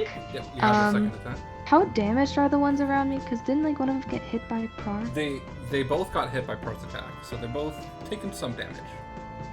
Okay, I'm gonna try and uppercut. I'm gonna downcut swing the one that's closer to me with my great hammer. Okay, that hits. And yes. The one, so that's one of them near you. Yeah. You see, you hit it in the shoulder, and it does seem to break some of the shoulder bones. And you hear the sick. It is still standing, but it's very pissed off. Boink. Okay, that's my turn. I'm also in rage mode as well. Yeah. Yep. Next up is the harpies.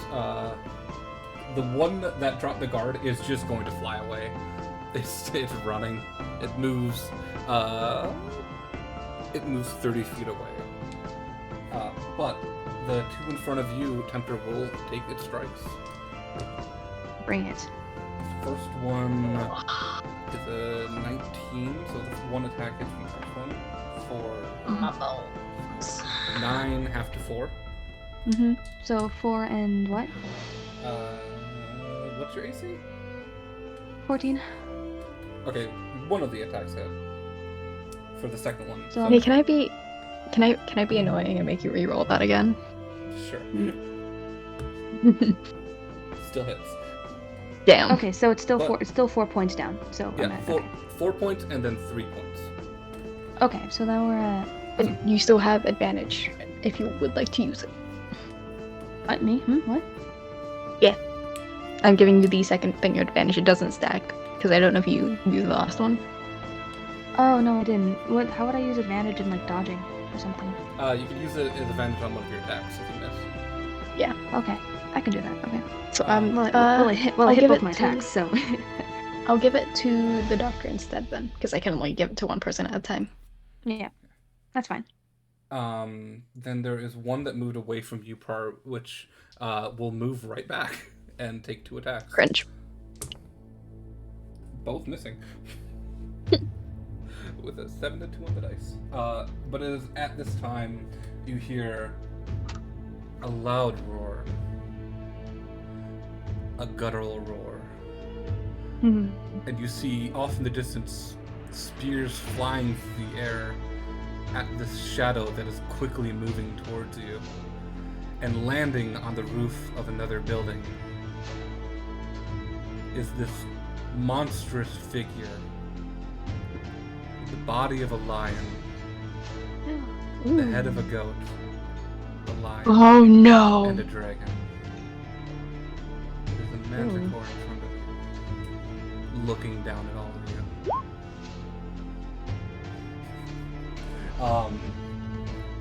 It gives this whole turn to get here. So, the doctor, it is your turn. Yes. All right.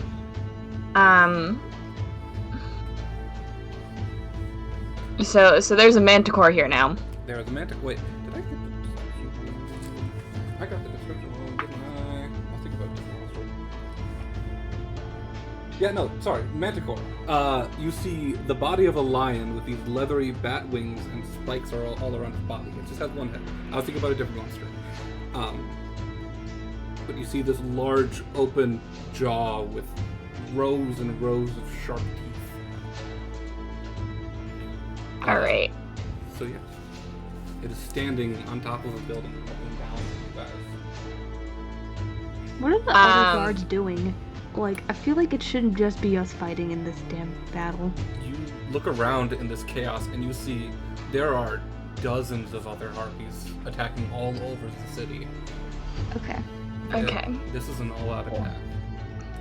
Who's We got what was this, it? guys. Are there any harpies within melee range of me right now? There's none in melee range of you, but you can get up to where Prar is and attack the one passing Prar, or there's 2 near Temper. I'm gonna take care of the one at Prar first. We're gonna use my bonus action to coat another dart, and then I'm gonna shoot that. You have advantage if you want to use it. Oh yeah. Does that hit? That does hit. Alright,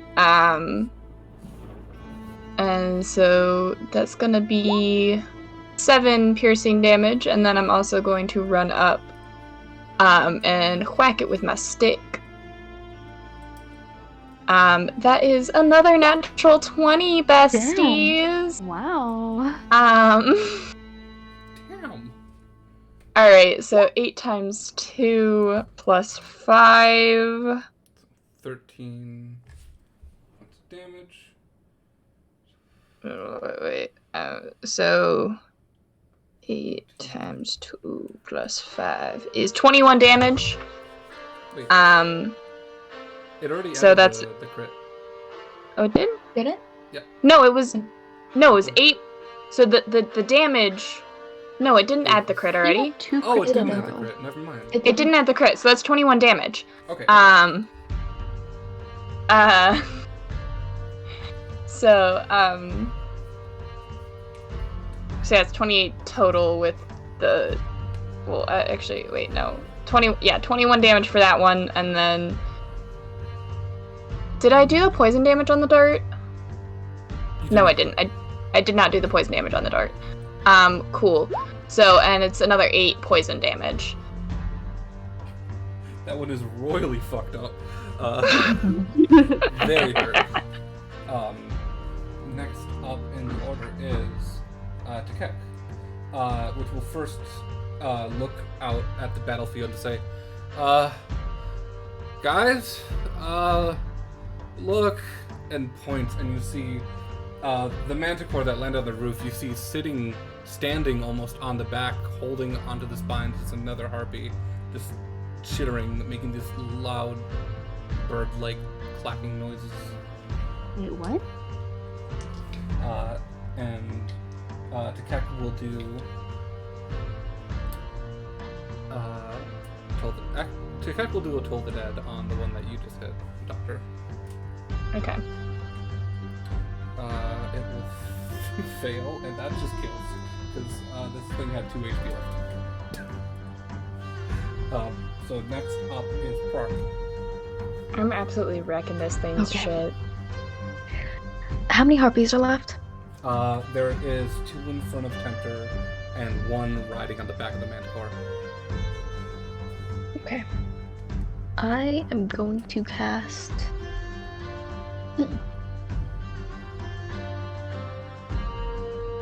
I'm gonna cast Sleep up on the Manticore and Harpy. Okay, go ahead. Yeah, we'll do it in level 1. That's 5d8 if I remember correctly. Yeah, it's rolling. It's taking a hot second. I don't think I get to choose how it gets distributed. It just focus on the... It goes to the lower It goes... health. Yeah. Why are you taking so long to load? Hello? Level 20, please?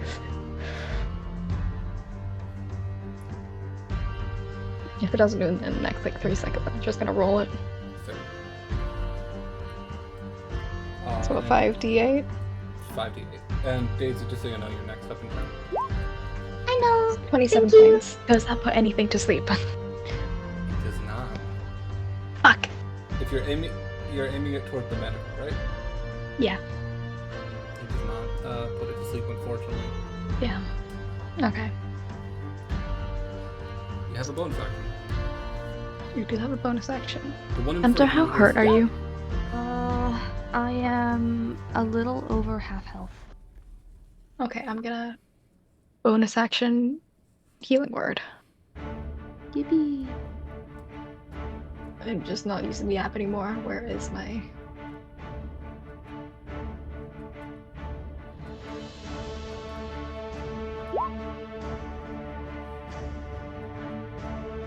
It's 6 healing for you. 6, let's go. Okay. And I'm out of first level spell slots. Then Daisy, you're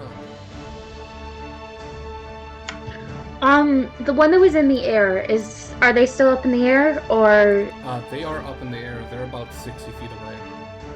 they're about 60 feet away? Cool. My stuff is 120 feet, so it's fine. I'm gonna Eldritch Blast them again. Are you doing both shots or just one? Both shots. I guess it really depends if the first shot does a lot of damage. That is. Cool. I'm gonna roll for that one to see if 2 and the 1d6 from my hex. That kills. Okay, cool. It had 3 hit points. I'm gonna use my bonus action. Can I use... Wait, I still have 1 shot to do. Yeah, you can shoot at a different target. Can I do my bonus action in the middle of doing that? I Or... would say no. You would have to have done your bonus Okay, first. that's very fair. I'm going to... Is there someone... There's someone on the Manticore right now? There's a harpy riding the Manticore. Cool. I'm gonna shoot at the harpy that is on the Manticore.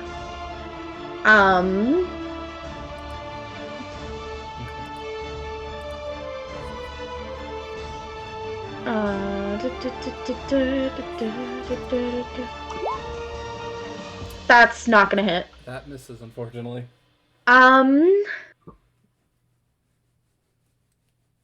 Ooh. Manticore is not an animal. Manticore is a monster. Which means I can't really speak with it.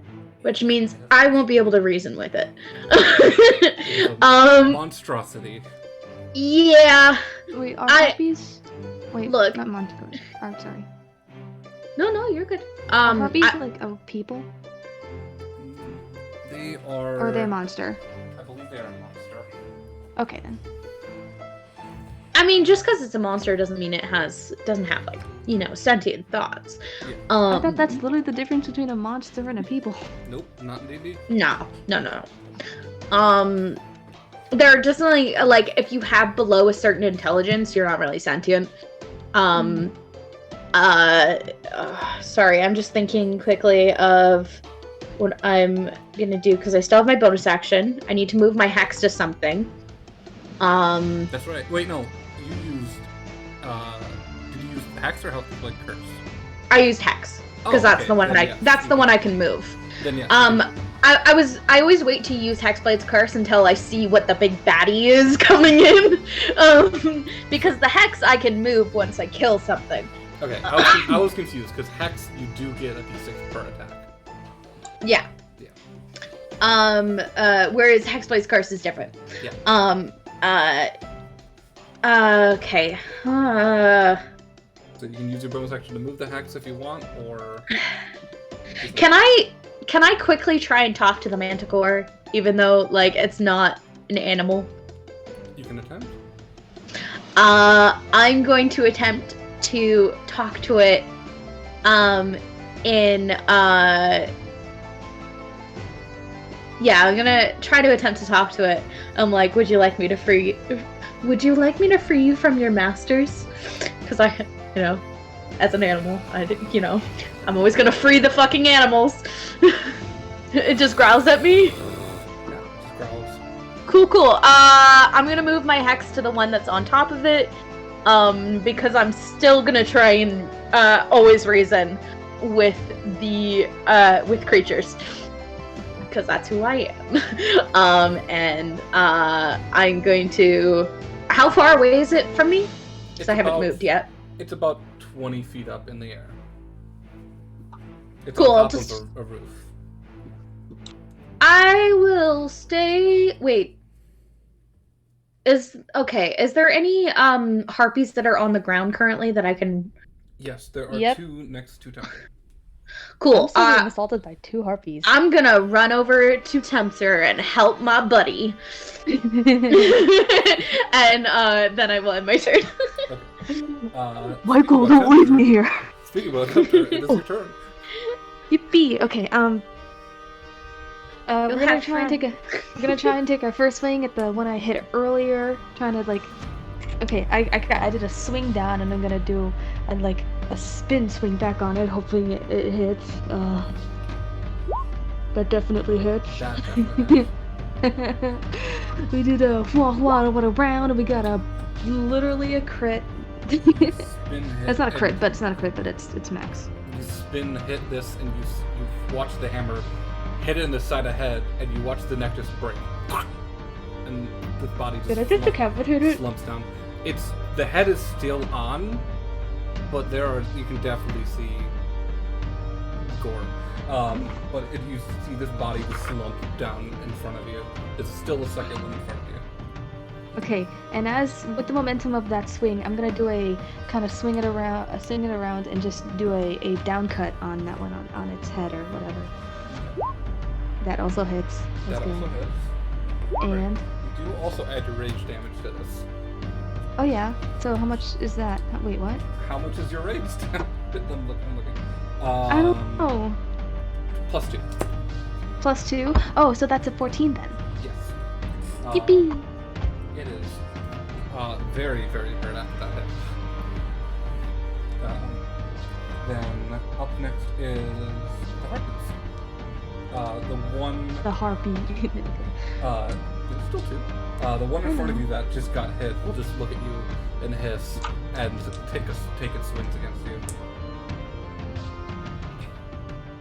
What's your AC? 14. 14. Right? Okay. Yeah. Just hits. Okay. One attack. So you One take attack. 9 half to 4. Okay. And then the second one on top of the Manticore will fly down in front of the Doctor and Tekek and do 1 attack on each of you. Okay. Against the Doctor, definitely gonna miss. And against Tekek, that will hit.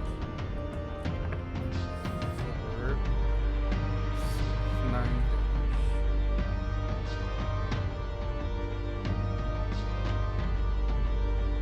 Okay. Next up is the Manticore. It'll look over the group. Fuck. And we'll just fly down and land kind of in the center of everybody and turn to you, Prar. And it'll start tearing. First attack. What is your AC, Prar? 15. First attack is a 15. You take, as it tears into you with its teeth, first attack, 10 damage. So the next 2 with its claws. One of the claw attacks will hit.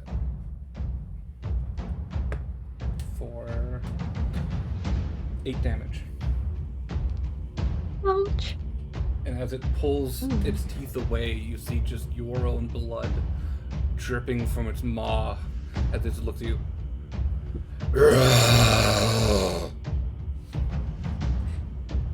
And That wasn't very nice.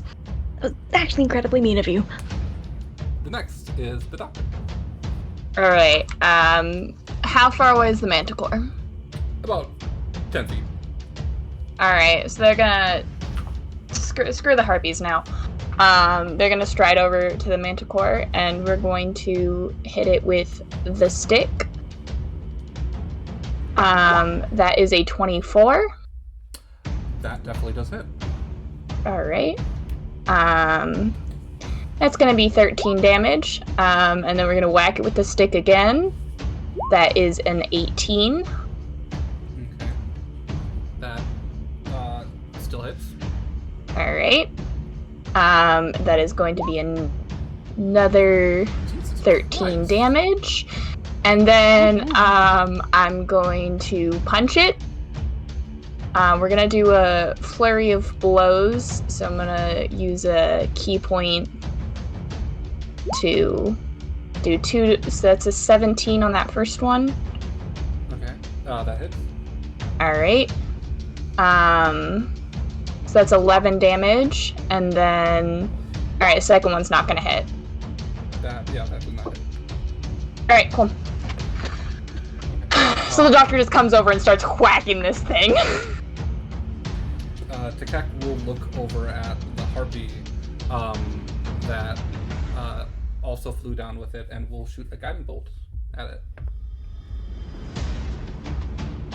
Will hit, dealing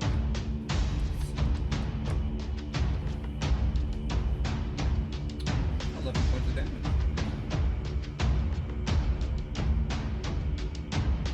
Okay. And with bonus action, we'll look at you, Prar, and say, nah, stay up, and we'll healing word you. Yay! For... Oh, max on the die. 7 hit points. I'm just about above half health. Next up is... you, Prar. Okay. The Doctor is now next to the Manticore in front of me, right? Yep. So it counts for sneak attack. Yes, it does. Stab. I'm really... It's taking ages. Oh, there we go. That's a crit. That's a nat 20. Yeah. Wow. Um, And it absolutely shitty damage, but it also doubles my sneak attack damage.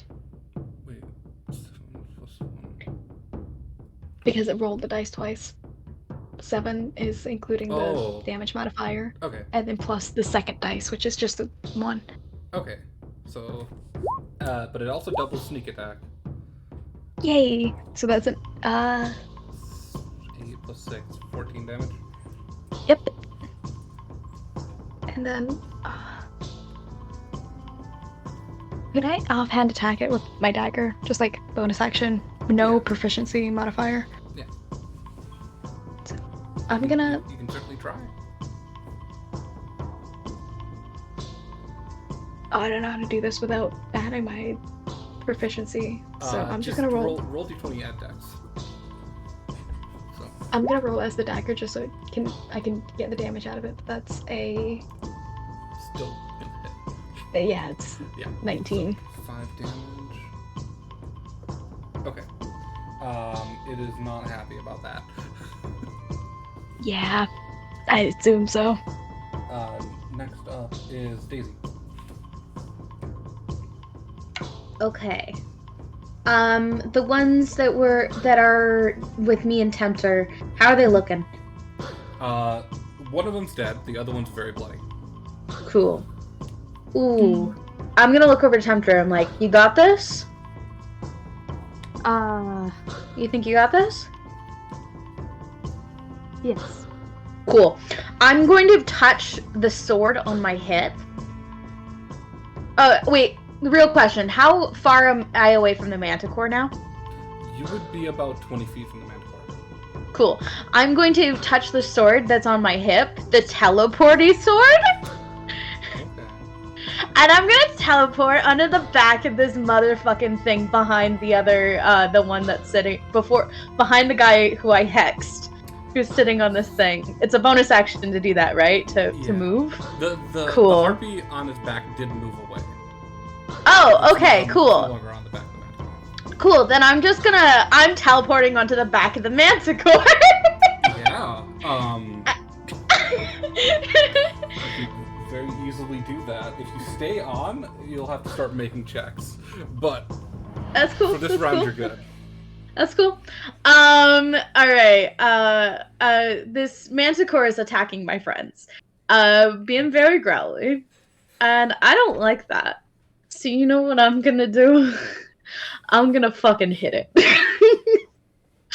Hell yeah. Give it a good smack. It deserves it. Please. 20? Wait. Yeah, 20. Not natural. So a dirty 20. Very, very cool. And I am also... Ooh, let me... Because it's not a bonus action to do it, it's just a thing with it. I'm gonna Divine Smite while I'm hitting. Okay. And use one of my spell slots for that.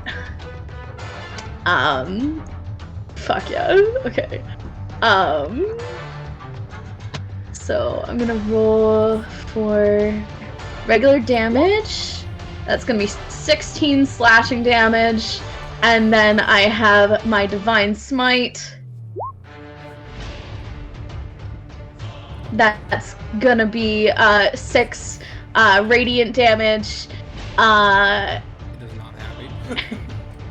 And I'm gonna say, I'm just gonna stroke the back of its head, and I'm like, you should stop fighting, bitch. I know it doesn't understand me yet, but I'm calling it a bitch. Tempter, it is your turn. Okay, I'm gonna try and end this harpy. We're gonna do one more attack with the Great Hammer. With the natural 20. Okay. Fuck yeah! Look at all of Definitely us. hit. Woo! Look at all of us with our crits. Okay, let's go with damage. Nice. Pretty good. And then, so, would that be just 22 damage? That would be 8 doubled to 16 plus 3, so 19 damage. 19 damage. How do you kill this thing? I don't know. Okay, I didn't think that far.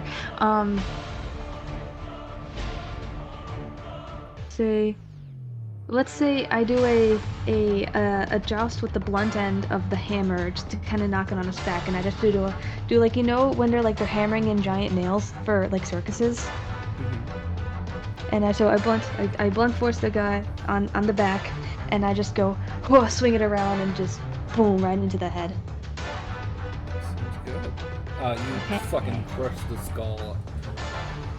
This guy's unrecognizable. I'm kidding. Absolutely Actually, he might be. unrecognizable. Um, And you have one more attack. There's Okay. one more harpy, which is kind of in the middle of the group, and then there's the manicore. so how far away is the Manicore?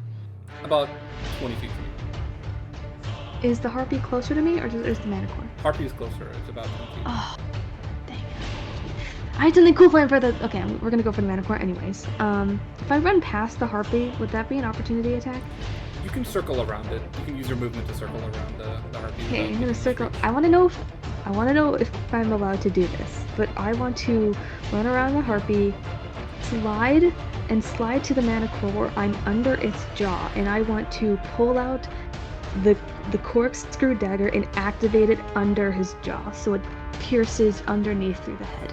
Oh, that's hot. Yeah, roll. That's cool. But I I'll don't give you actually have, advantage because that's fucking cool. That's so fucking cool. Okay, I actually don't have the dagger as a weapon on hand, so you are. It's just do type. Can you type in the chat or not? yeah, I can type in the chat. Yeah, do. Actually, it would be the same to hit for your hammer. So it's also +6. So just roll with your hammer. Just roll my hammer. Yeah. Okay. So 18 Does and it hit? 15. That does hit, and it would be 1d4 plus 4. So that would do 6 points of damage. As it Really? Okay, sorry. it's a dagger. No, you said if I activate it, it extends. It does extend, so you have reach, and it does do it. It is an enchanted dagger, so you get +1 to roll and +1 to damage. That's why you get a +4. It's like I just literally stabbed it through its brain from its jaw. It ended up hitting a part that was not as. I hit the frontal vital. lobe. You lobotomize it, but it's still alive. Oh So, my god. next up is the harpy, the lone harpy, which will start just walking away from the Manicore and away from the fight. And as it does, 30 feet away, it will start to sing. I need all of you to make a wisdom saving throw. Oh, come on. Ooh. What? Eesh. Okay. Sorry. Alright, that's a 16 for me. 7. The only one we have gotten is Parar. Yeah, it's coming. Come on. Ooh. You all save. Yay. At None us. of you are affected by the luring song, which it'll just scowl and use its action to start flying away. Next up is the Manicore, which is now surrounded by all of you. Run, who was in melee with the Manicore? It was Dr. Yes. Parar, Daisy, Temper. I definitely am. Yeah. I just stabbed its brain. Except I'm on its back. I just So- lobotomized it. Seeing that it's underneath you, it will first take a bite at the doctor, because that's the one that can Alright. actually reach with its mouth. I just was like, seeing that you're on its back, it will Yeah. actually go for the doctor instead. Well, I was thinking it would try to bite you, but you're underneath it. So 12 is Yeah, gonna I'm miss, gonna- but it will take 2. It'll rear up on its back, on its hind legs, and try to take 2 strikes against you, Tempter. And Daisy, I need you to make an a strength saving throw to try to hold on if you want to. Can I use athletics instead? No, this is a strength saving throw. Dang it. 20. You hold. One attack hits you, Tempter. Can I say something to when it tries to knock? Sure. I'm gonna say, if you want to live, you should really stop fighting. As like a soothing intimidation. Tempter, you take 8 damage, half to full. Okay, cool. Cool. Math. That's math. Okay, I got it. And then it is the doctor's turn. Alright. Time to start whacking it with the stick again. That is a dirty 20 to hit. That hits. It's gonna be 11 damage. And then that is a nat 20 to hit. Woo! That hits. Alright, so it's gonna be 6 plus 5. 11. Yeah, another 11 damage. Alright. How do you do this? Oh boy. We're just I've been just like I feel like this time I'm gonna whack it across the face with the it just bit me, so I'm gonna whack it across the face with the final blow, and it's gonna I feel like it already probably had some internal bleeding. So As you smack it across the face, you watch some of the many rows of sharp teeth. You see just teeth spray across the ground. I will be picking those up. And it looks up at you. It turns its head, looks at you, and then just slumps forward. I'm gonna collect some of those teeth. You know what I'm gonna do. Yes. And else. Are we technically still in combat? It is about this time that it seems everything is starting. It seems Ow. the guards have started to get the hold of everything else. You seem to be out of The harpy that was flying away, how far away did it get? Yeah, because Yeah. this motherfucker's gonna die. The harpy away is 50 feet away. Oh, Can I shoot it? I'm gonna pull out my short bow and shoot it. If you want to continue, yeah, it would be Tekek, and then Tekek would heal the the doctor for after getting attacked. No, you didn't get a hit. Tekek would heal Tempter. Oh. I've never been hit. I'm too good. Tempter, you get 11 hit points. And then Farah, it is your turn. You gotta do a little shooty shoot. Take your shot.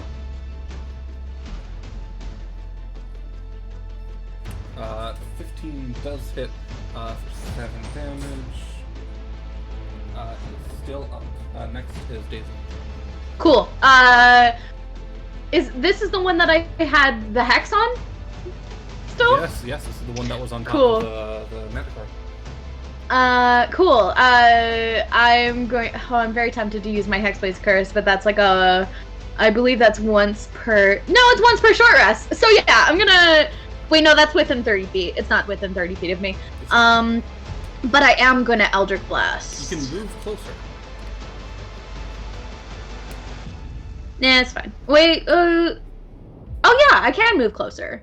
Okay, I'll get off the manticore, jump off the manticore, back and, move 30 feet closer so I can Hexblade's Curse it as well, because that's fun. Climbing off the manticore, you'd be just within 30 feet. Okay, perfect. That's all I need. It's, within 30 feet that I can see. Yeah, sorry, what did I roll? I rolled a 20. dirty 20. And then a... Both hit. Cool. Just one shy of that being a nat 20, technically. Alright. It's 10. That's 4. Then there's this. and this, and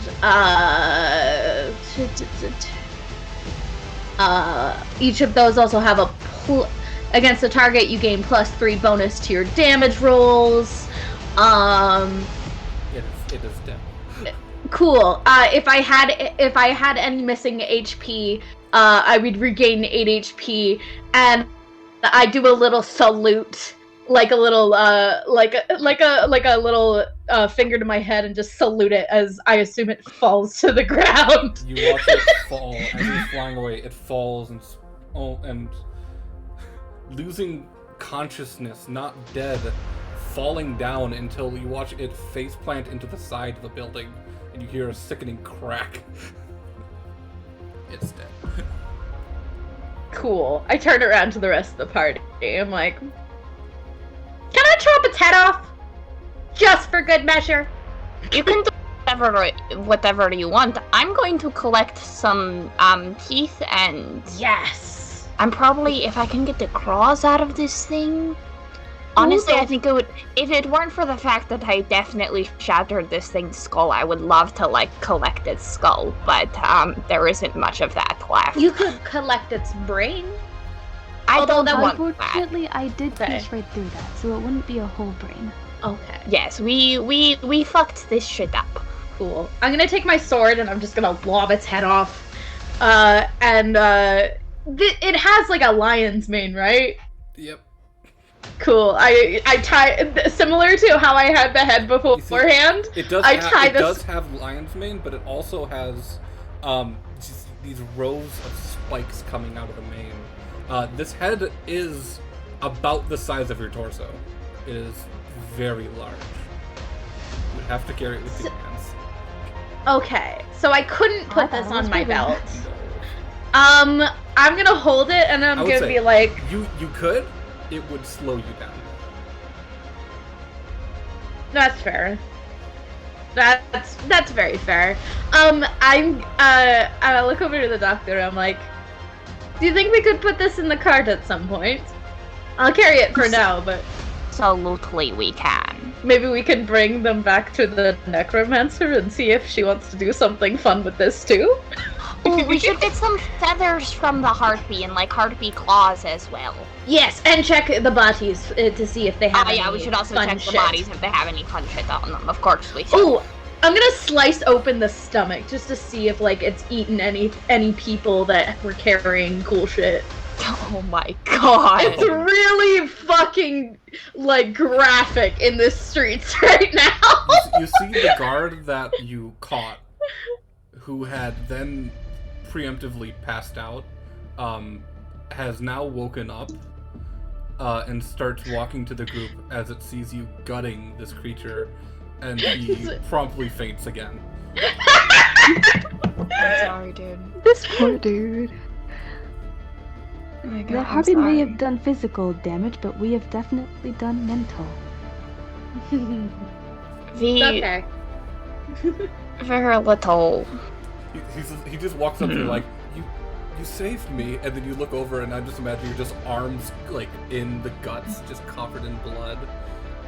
Like that scene from Star Wars. You know where they have to like cut open the animal to stay Yeah. Hey, doctor, do you want to collect some blood as well, just in case? Harpy blood is easy to come by. Manticore blood, on the other hand. Yeah. I got you, kid. I got you. And I'm just gonna like I assume that like my arms are just like covered in blood. You could probably just like wipe it off, like just like I think the slick it down. the doctor's gonna collect their own shit. That's very fair. The doctor's gonna collect their own stuff. About 20-30 seconds later, the guard wakes up again. I'm like, oh. I pull my arm out and just like wave as it's covered in guts and blood. Hi! You feeling any better? You can tell he's trying not to throw up.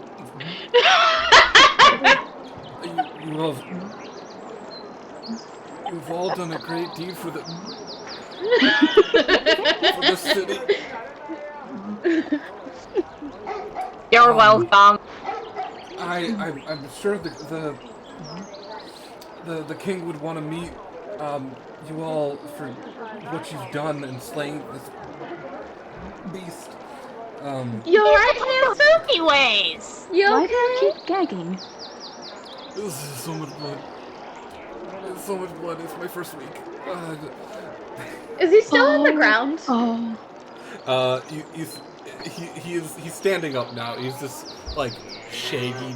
He has these shaggy, short-cut brown hair. This human man, probably in his Where's- probably like 18, 19.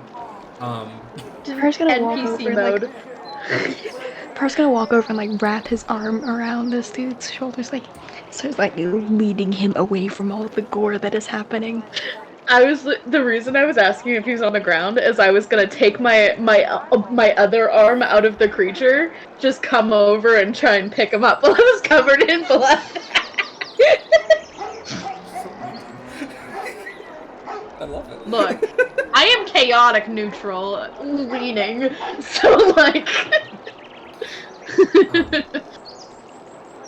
I don't know what you're doing to that thing, but do what you need to do. I'll just stand here and collecting parts. escort you to the castle when you're ready.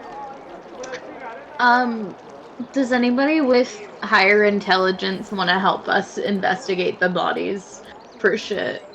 I don't know if they Can I get teeth, and can I try and remove the claws, and then also get some vials of blood? There are 4 teeth scattered. 6 teeth scattered on the ground from where you hit it.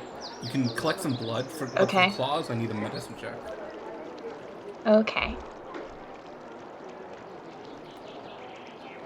That is a 26.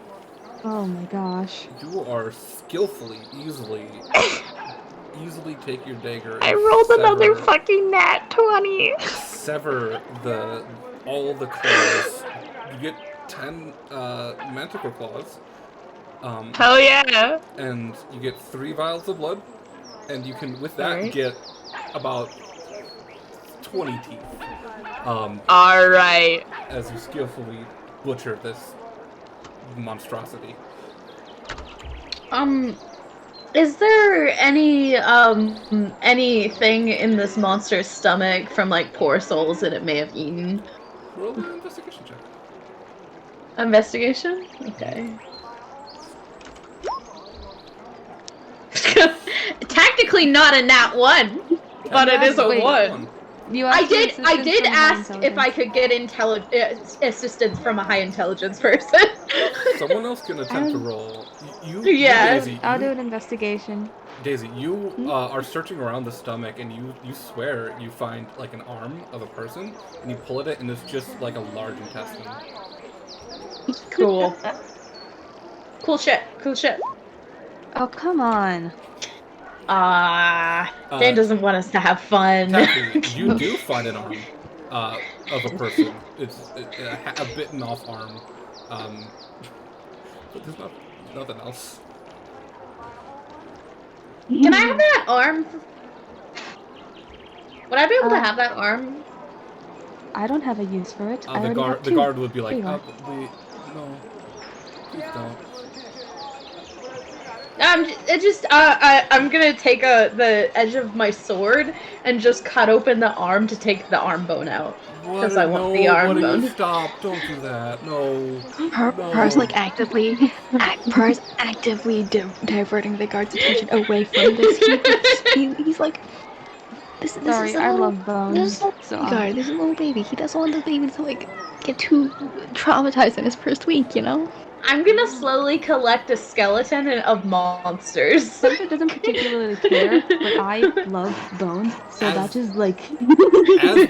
As this happens, you get about 5 minutes in, and then some guards show up, and they're just some other guards show up, and I'm like, oh, we're gonna clean this up. Please stop. It's so much blood. Do I have an arm? Do I have an arm bone now? Get the arm bone. Some Cool. poison sap. Which bone would you get, like? You get 3 harpy bones. Cool. I'm gonna clean off this bone. and put it into my bag because I'm Which gonna bone try did to. you get? Did you get like all 3 of them or just one? Ooh, that's a good question. I feel like is it like the bone that's in like your forearm? Which one? Not there. Bitch! I don't fucking know. I don't Sorry. think Daisy would know either. So, moving on. I have a -1 in intelligence. Sorry, I'm studying bones, so I Taffy, tap. Taffy, message me the bone that you think could be turned into a shiv. Into a shiv? Okay. Yeah. I believe. Wait, I need to look up. I'm spelling it right. I want to make make a very cute So- present for the doctor. So, Prar, the guard who you were talking to, the young one, is like, okay, I'm gonna take you to the king now. Okay. Let's get your friends. Is there possibly like a little like a bathhouse on the way to it? Just like as I like put up my arms that are covered in guts. He throws up. There's a river. There's a river outside the castle. You could soak in.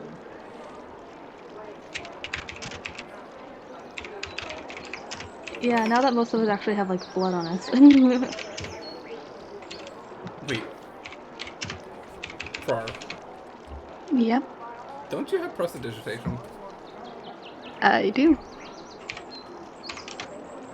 Cool. The guard will lead you all to this castle. You see there is a moat, which is currently empty. There's nothing in it. But the gate goes down, leading you inside the castle walls. You were led through. Do you roll cleanup before you go in, or no? I was assuming we were. I feel Try like and clean up a little. maybe a little. I feel like my white blouse is now most definitely fucking stained. Yeah. Center's definitely not the Very. bloodiest out of everyone, but still has a good amount of blood on them from, smashing 2 guys' heads in, so, Yeah. Keeper, I think you're gonna have to add like a lot of blood stains to every one of my outfits now. Just like smothered in blood. You're led in through kind of a confusing, winding hall, going here and there in multiple directions until you're eventually led into this central chamber. You see, like, all throughout on the walls, extravagant paintings, and on the near the back on a raised pedestal is a throne. It is this large wood throne with red velvet seats and gold filigree all around it, and sitting in it is seems to be a little bit of a disheveled dragonborn. See a red dragonborn, and you can see he himself is cleaning blood off of him, and he has a great sword leaning against his throne. And he looks over the group and he looks over at the guard and like, Daryl, what can I help you all with? And the guard will like, my king, and he kneels down. These people here helped defend the city during the attack and slayed a manticore that was killing people. And Holds up the manticore head. I'm back. What did I miss? Because I've been having to carry this because we haven't opened up Oh, we don't have the cart open right now. Yep. you see the king stand up, and he has this heavy armor and this greatsword leaning next to him. But as he stands up, the thing that catches you off guard the most, unfurling behind him are two red leathery wings. Dragon wings. Which, from what you all know, Dragonborns do not have wings.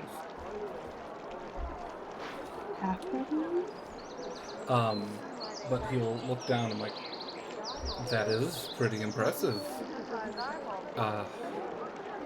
I don't recognize any of you. Are you new to town? You could say that, yeah? I've been in town before. Tekek here is actually from the Church of Aphrodite, here, born and raised. The king will I do not know about the others. I believe they're all new. The king will look and like, oh, I do believe I've seen you around the temple before. And he bows to you all. The name is King Threndril. It is nice to meet you. And welcome to my city. For this deed, if you need any help around here, let me know. But this is not the first attack we've had. We've been dealing with this incursion for a while, unfortunately. I did notice that the guard said again when the attacks happened. Yes, it's been happening for the past 2, maybe 3 weeks. They're attacking here, but they're also attacking our neighboring town, Opex. They're getting it worse. We sent some of our guard there to help defend, but it seems they seems they're attacking both places. But Out of curiosity, just random thought, who might not be relevant at all. Do they seem organized at all to you? I mean, I'd like to say no, but after all of this, I would say probably. I don't know what's causing them to attack like this. They're attacking OPEX, mainly stealing food. That town's known for its orchards. But then they seem to have Juice at gotten the tavern was really good. they're famous for their apples. But I'm sorry for interrupting. I'm bad at not doing that. you're fine, little one. Don't you worry. I'm not great at it either. Out of character, who's carrying all the letters from Vaughn and Tara? I think I was. We're just gonna go with it. Pro's just gonna like gently tap on Tempter's shoulders, like, hey, could you pass me the thing? Yeah, I opened my chest and I look through the papers and I find the one that says King Threndril. Threndril. It says Unogi on it. Oh, Unoga. Actually, no, it would say King Threndril on it. It'd also probably say Unogi on it. They probably also labeled them. There are letters on a piece of paper. Anyway. You pass it over and he will look over and let me see, and he opens it up, takes a minute, sits down on the throne and reads it and like. So I have a thought. Are you gonna share the thought? Yeah, you do. I feel like it's a very natural conclusion to come to after, the goblins. Mm-hmm. The dragon. Probably, yeah. Yeah. Yeah, probably. Not It going makes to sense. lie. He It does looks seem over. oddly. He finishes reading and looks. I see what you're talking about. They seemed organized, but not that organized. I don't know. Even then, it's still a bit of an issue for, continent-wide. Do you know if there have been other attacks on other cities, besides now Unogi and the Hobgoblin Village? When it comes to the harpy attacks, it's only here in OPEX. But other than that, this is a lot. This is news. This is a lot of news. I wish I could Yeah. help more, but we're doing everything we can to stop these attacks.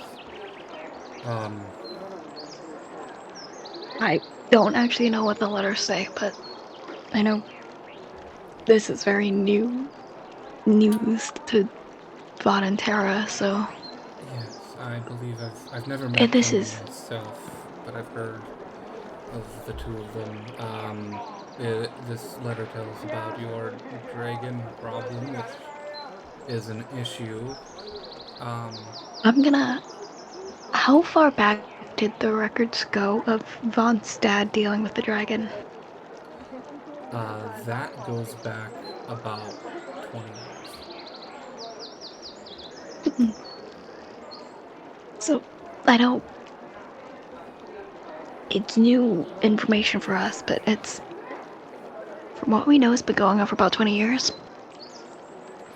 The goblins attacked 50 years ago. That's been going on for a while. Yeah. This, All in all, not great news. Yeah. I honestly wish I could help more, but between Yunogi and OPEX just spreading our troops thin between the two, there's nothing I could do. I am sorry. Did-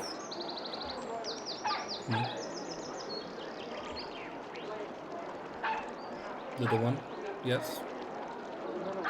I completely forgot the words that were gonna come out of my mouth. Don't worry, I do that too. Okay, you shall be rewarded for your acts of heroism today, but, I wish I could help more with the dragon issue. Maybe once we get our shit together here, we'll be able to do more. I do have more of a personal question, honestly. This is... I'm assuming you have, like, royal magic people, I guess. I don't know who I'm specifically looking for, it's just... You're looking for a magician? Yeah, we'll go with that. Someone who can... Yes, I have a court magician here, under my own rule. I could have Daryl here, and he points to the garden. I could have Daryl escort you if you wish. If that's alright, I just need to see if I can ask a few questions, get a few answers for myself. Sure, yes. First, payment. And he will, for the help, hand out 300 gold for you all to split. Oh shit! Oh, to split, okay. To split. I was gonna say! Wait, let me get out of the calculator. I got it. 60 gold each. 60, yeah. And Daryl here will escort you to Merle. Merle High Church? Who? Church? This is out of character, Merle High Church? No, Yeah. Out of character, is the king hot? If you find What do you mean out of 8 foot character? tall, buff, dragonborn in heavy metal armor and with very, very large dragon wings, then yes. Zoe, what do you mean out of character? Out of character and in character.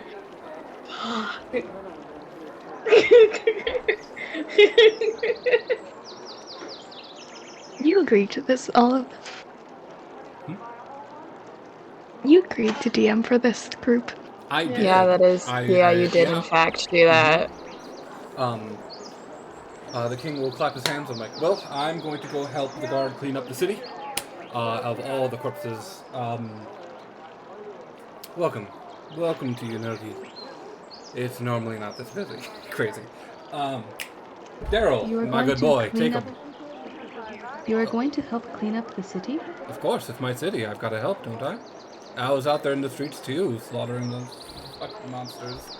Oh, daddy. Okay. It was fun. Killing the things. Oh, it quite was, little one. Now, They Daryl, spark my joy. good boy, escort them to Merle. And Daryl will just like, oh, okay, this way, and we'll start leading you throughout the castle, and eventually. Bar's gonna ask if he can go this one alone. Because this is he's having thoughts about himself, so he's like kind of. I'm also gonna make note that Tempter asking, that the king's gonna go help clean up the city physically. Ding at the moment. So I can't give it to you. so Par, you ask everyone. Yeah, he's just gonna ask if he can go do this on his own for a bit. Like with the king? No, with the magic dude. Oh, yeah. Exactly this way. Yeah, I'm gonna go help clean up, and we'll just leave.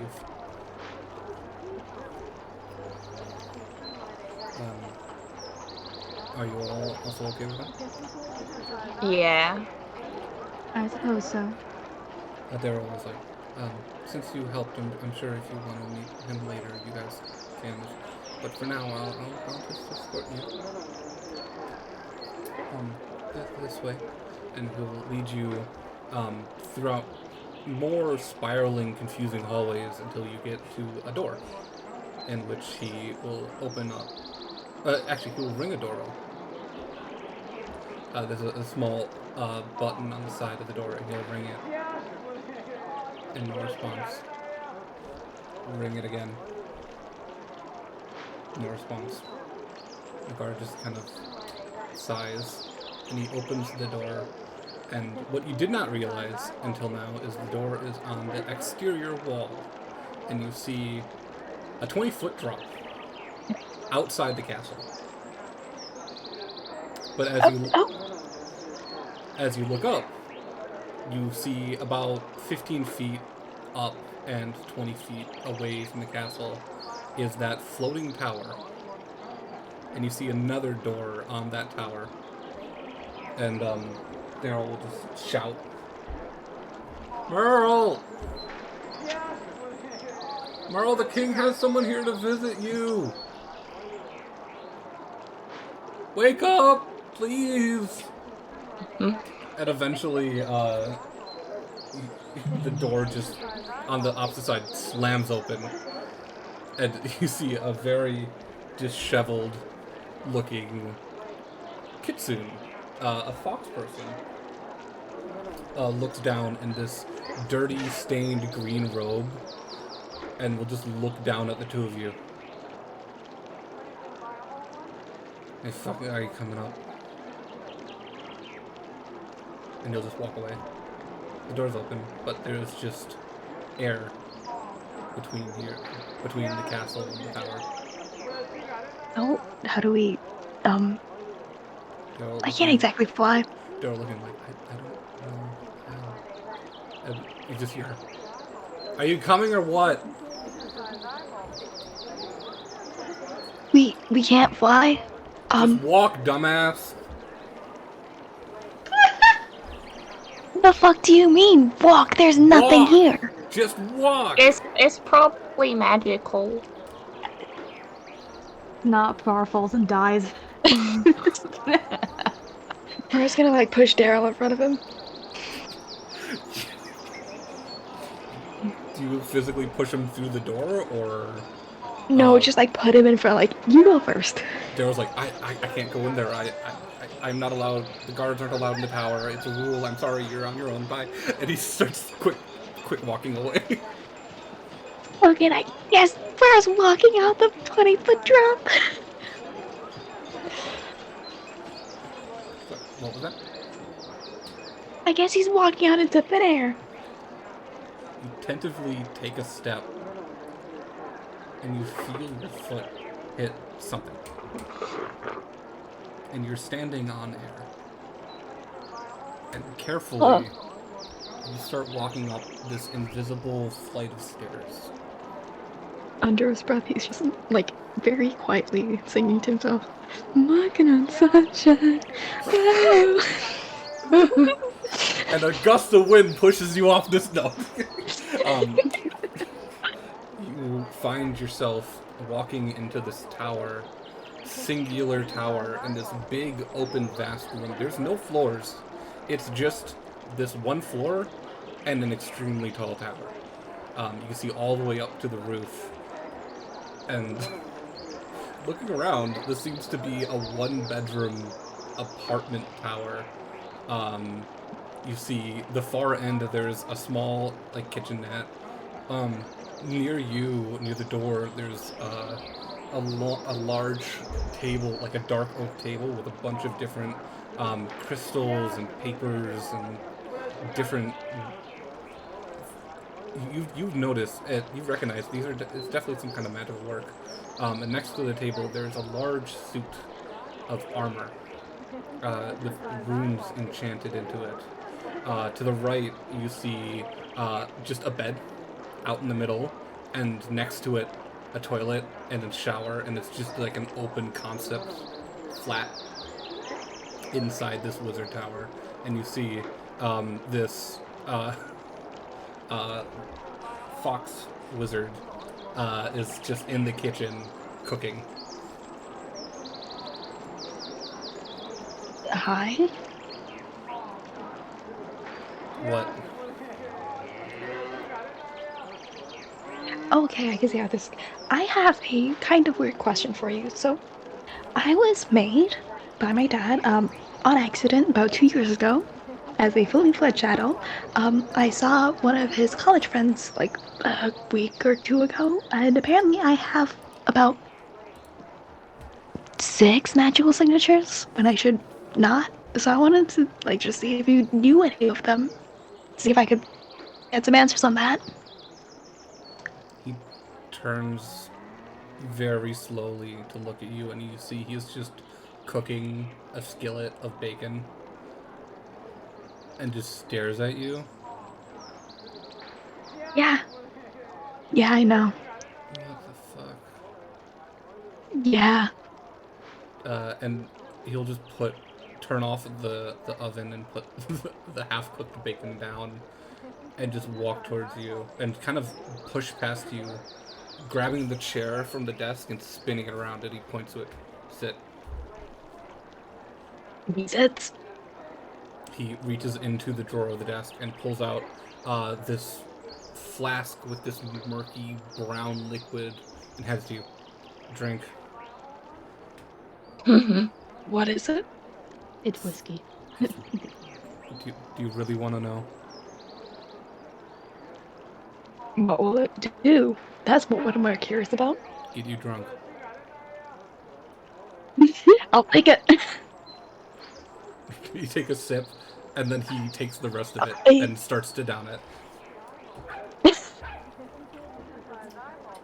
Oh my god. You see he'll walk towards you and wave a hand in front of you, and you see a chair just apparate out of thin air, and he sits on it, very much like you do, backwards, facing you. The chair's backwards, sitting in it, legs facing forward, and he just looks at you.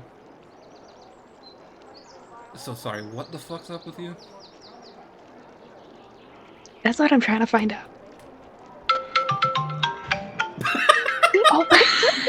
Sorry! Drugs! By the way, if you all look in art, you can see art of the character. Oh my I god. love it! Really? Yes! Yes! Yes! I love. Aww. Okay. Okay. Let me just... Give me a second, and he'll walk over, and you see leaning against, what you didn't notice first, against the metal armor, is this staff. This long oak staff with a purple crystal embedded into it. And he'll just look at, like, grab it, tap you on the head with it, smack you in the shoulder with it, and slam it on the ground, and you see just this purple wave emanate from it and encompass both of you, and you see your body start to glow. Okay. And he's just like, what the fuck is up with you? What's that? And he points to the air next to you. Is there anything there? Can I see? You see, coming out of your arm,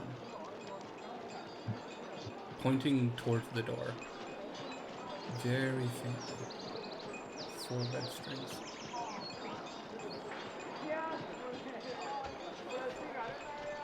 I don't know, but that's been appearing in my dreams. Dreams are fucking bullshit. Who needs them? See, the things I never used to really dream, and then these things just started appearing. Everybody dreams, you just don't remember it.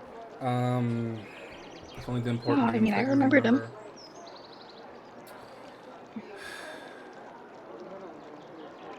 So you want to figure out what now? I mean, the only thing I know right now is that my dad was trying to enchant an item, and then I popped into existence. And according to the necromancer in Lightboard, there's like 5 or 6 magical signatures on me. So, if you have anything beyond that, that'd be great. I don't know who the necromancer is, but let me take a look. And you see him kind of lean the staff against you in the chair, and he takes his 2 fingers in like an L shape, pointing them towards you, and you see this rune, purple rune, appear in the air, and he just starts peering at you through it. Oh yeah, there's definitely something. Oh, that is an enchantment. I'm sorry, what? There's an enchantment there going on. Something powerful. Fuck, what did you do? Who are you? You know what I'm trying to find out? 5 different enchantments on you? 5 different signatures. 5 people need you. I don't know how. That's interesting. Oh my god, what are you? He's just gonna like shrug. You see, he just reaches into... I do also... I also have this thing where I don't really need to sleep. So you don't need to sleep, but you're having dreams? I mean, I can't sleep, but I don't need to. Well, then, perfect fix. Don't go to sleep. Stops having dreams. There you go. That fixes it. Okay, but I'm kind of interested into what my dreams are trying to... They've been weird. Dreams are weird. Listen, what I can tell, there's 5 magical signatures on you is strong magic. I don't know what. I don't know why. It's 5 magical signatures, but 1 signature is holding them together. I don't know what that means. I don't know why. You confuse me. I need a drink. And you see, he just stands up and reaches back into his desk and pulls out a flask and just starts opening it up.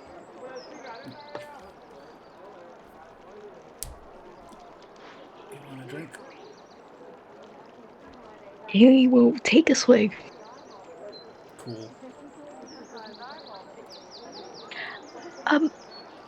So, you mentioned a powerful enchantment. Is that separate from the magical signatures, or...? No, the signatures make up the enchantment. It's 5 signatures made 1 enchantment, but there's something else tying it all together, and I don't know how, and that's frustrating me. I don't like you. You're not a bad... Like, you're fine. I don't... You stumped me. I don't like that. That's fair. You're weird. Par's gonna pull out his... He's gonna pull out his who is like, so my dad made this. Are any of the magical signatures the same as his? I mean, look at this. And he sets it... He kind of holds it Until another enchant, like another rune, shows up in front of him. Yep, that's one of them. But it's not the main one keeping it all together. Nah, it's one of the 5. Okay. Can you recognize any of them, or are they just you don't know them? I don't know. I don't get out much. Cool. No, I can tell. Yeah. I like quiet. I like normal. You're not normal. So No, I like don't you. get. I get that quite a bit. Listen. I don't get that part quite a bit, but Listen. You're fine. You're a good person. I'm sure you are. You're a great person. I don't like you. You're different. You're weird. understandable. I just don't like weird. Considering how to get up into your tower is by walking on air, I'd say that's also pretty weird, but... I said I don't like weird. I didn't say I'm not weird. There's a difference. Fair point. Listen, you're an adventurer, aren't you? You could say that. Get out of that business Okay. when you can. Brings nothing but death and unhappiness. If you care for the people around you, settle down. Open an inn. Take the funds you've made. Go open an inn. Do something peaceful before you all die. I'd love to, but see, I've been alive for 2 years. I'm not quite at that stage yet. That's the nice thing, is retirement isn't about age. It's about money. And let's just say I'm not at that point yet. Then I hope you stay alive Okay. long enough. Here's hoping. Thank you, anyway, for your time. Okay, I'm gonna go Is there anything I can help you with? No, Just like... bye. Cool. Unless you can fucking stop the fucking goddamn harpy attacks, because that will make things go back to normal. I would love that. If you could stop that, that would make me happy. Then I could stop getting interrupted mid-breakfast to stop a fucking attack on the city. That's fair. I will stop interrupting your breakfast and go back to my friends. Cool, bye. Watch your step. Bye. There are no railings. What if I could? Oh god, okay. He's gonna very, very, very carefully make his way back out. If you reach out, there are railings. He's just fucking with you. I love this dude. He sparks joy. I smell trauma. I also do. I'm sorry. And with that, we'll end the session. Thank you all for stopping by. I hope to see you all again soon, and we'll pick up from here next week. I love you. You're a fucking menace. I'll see you later.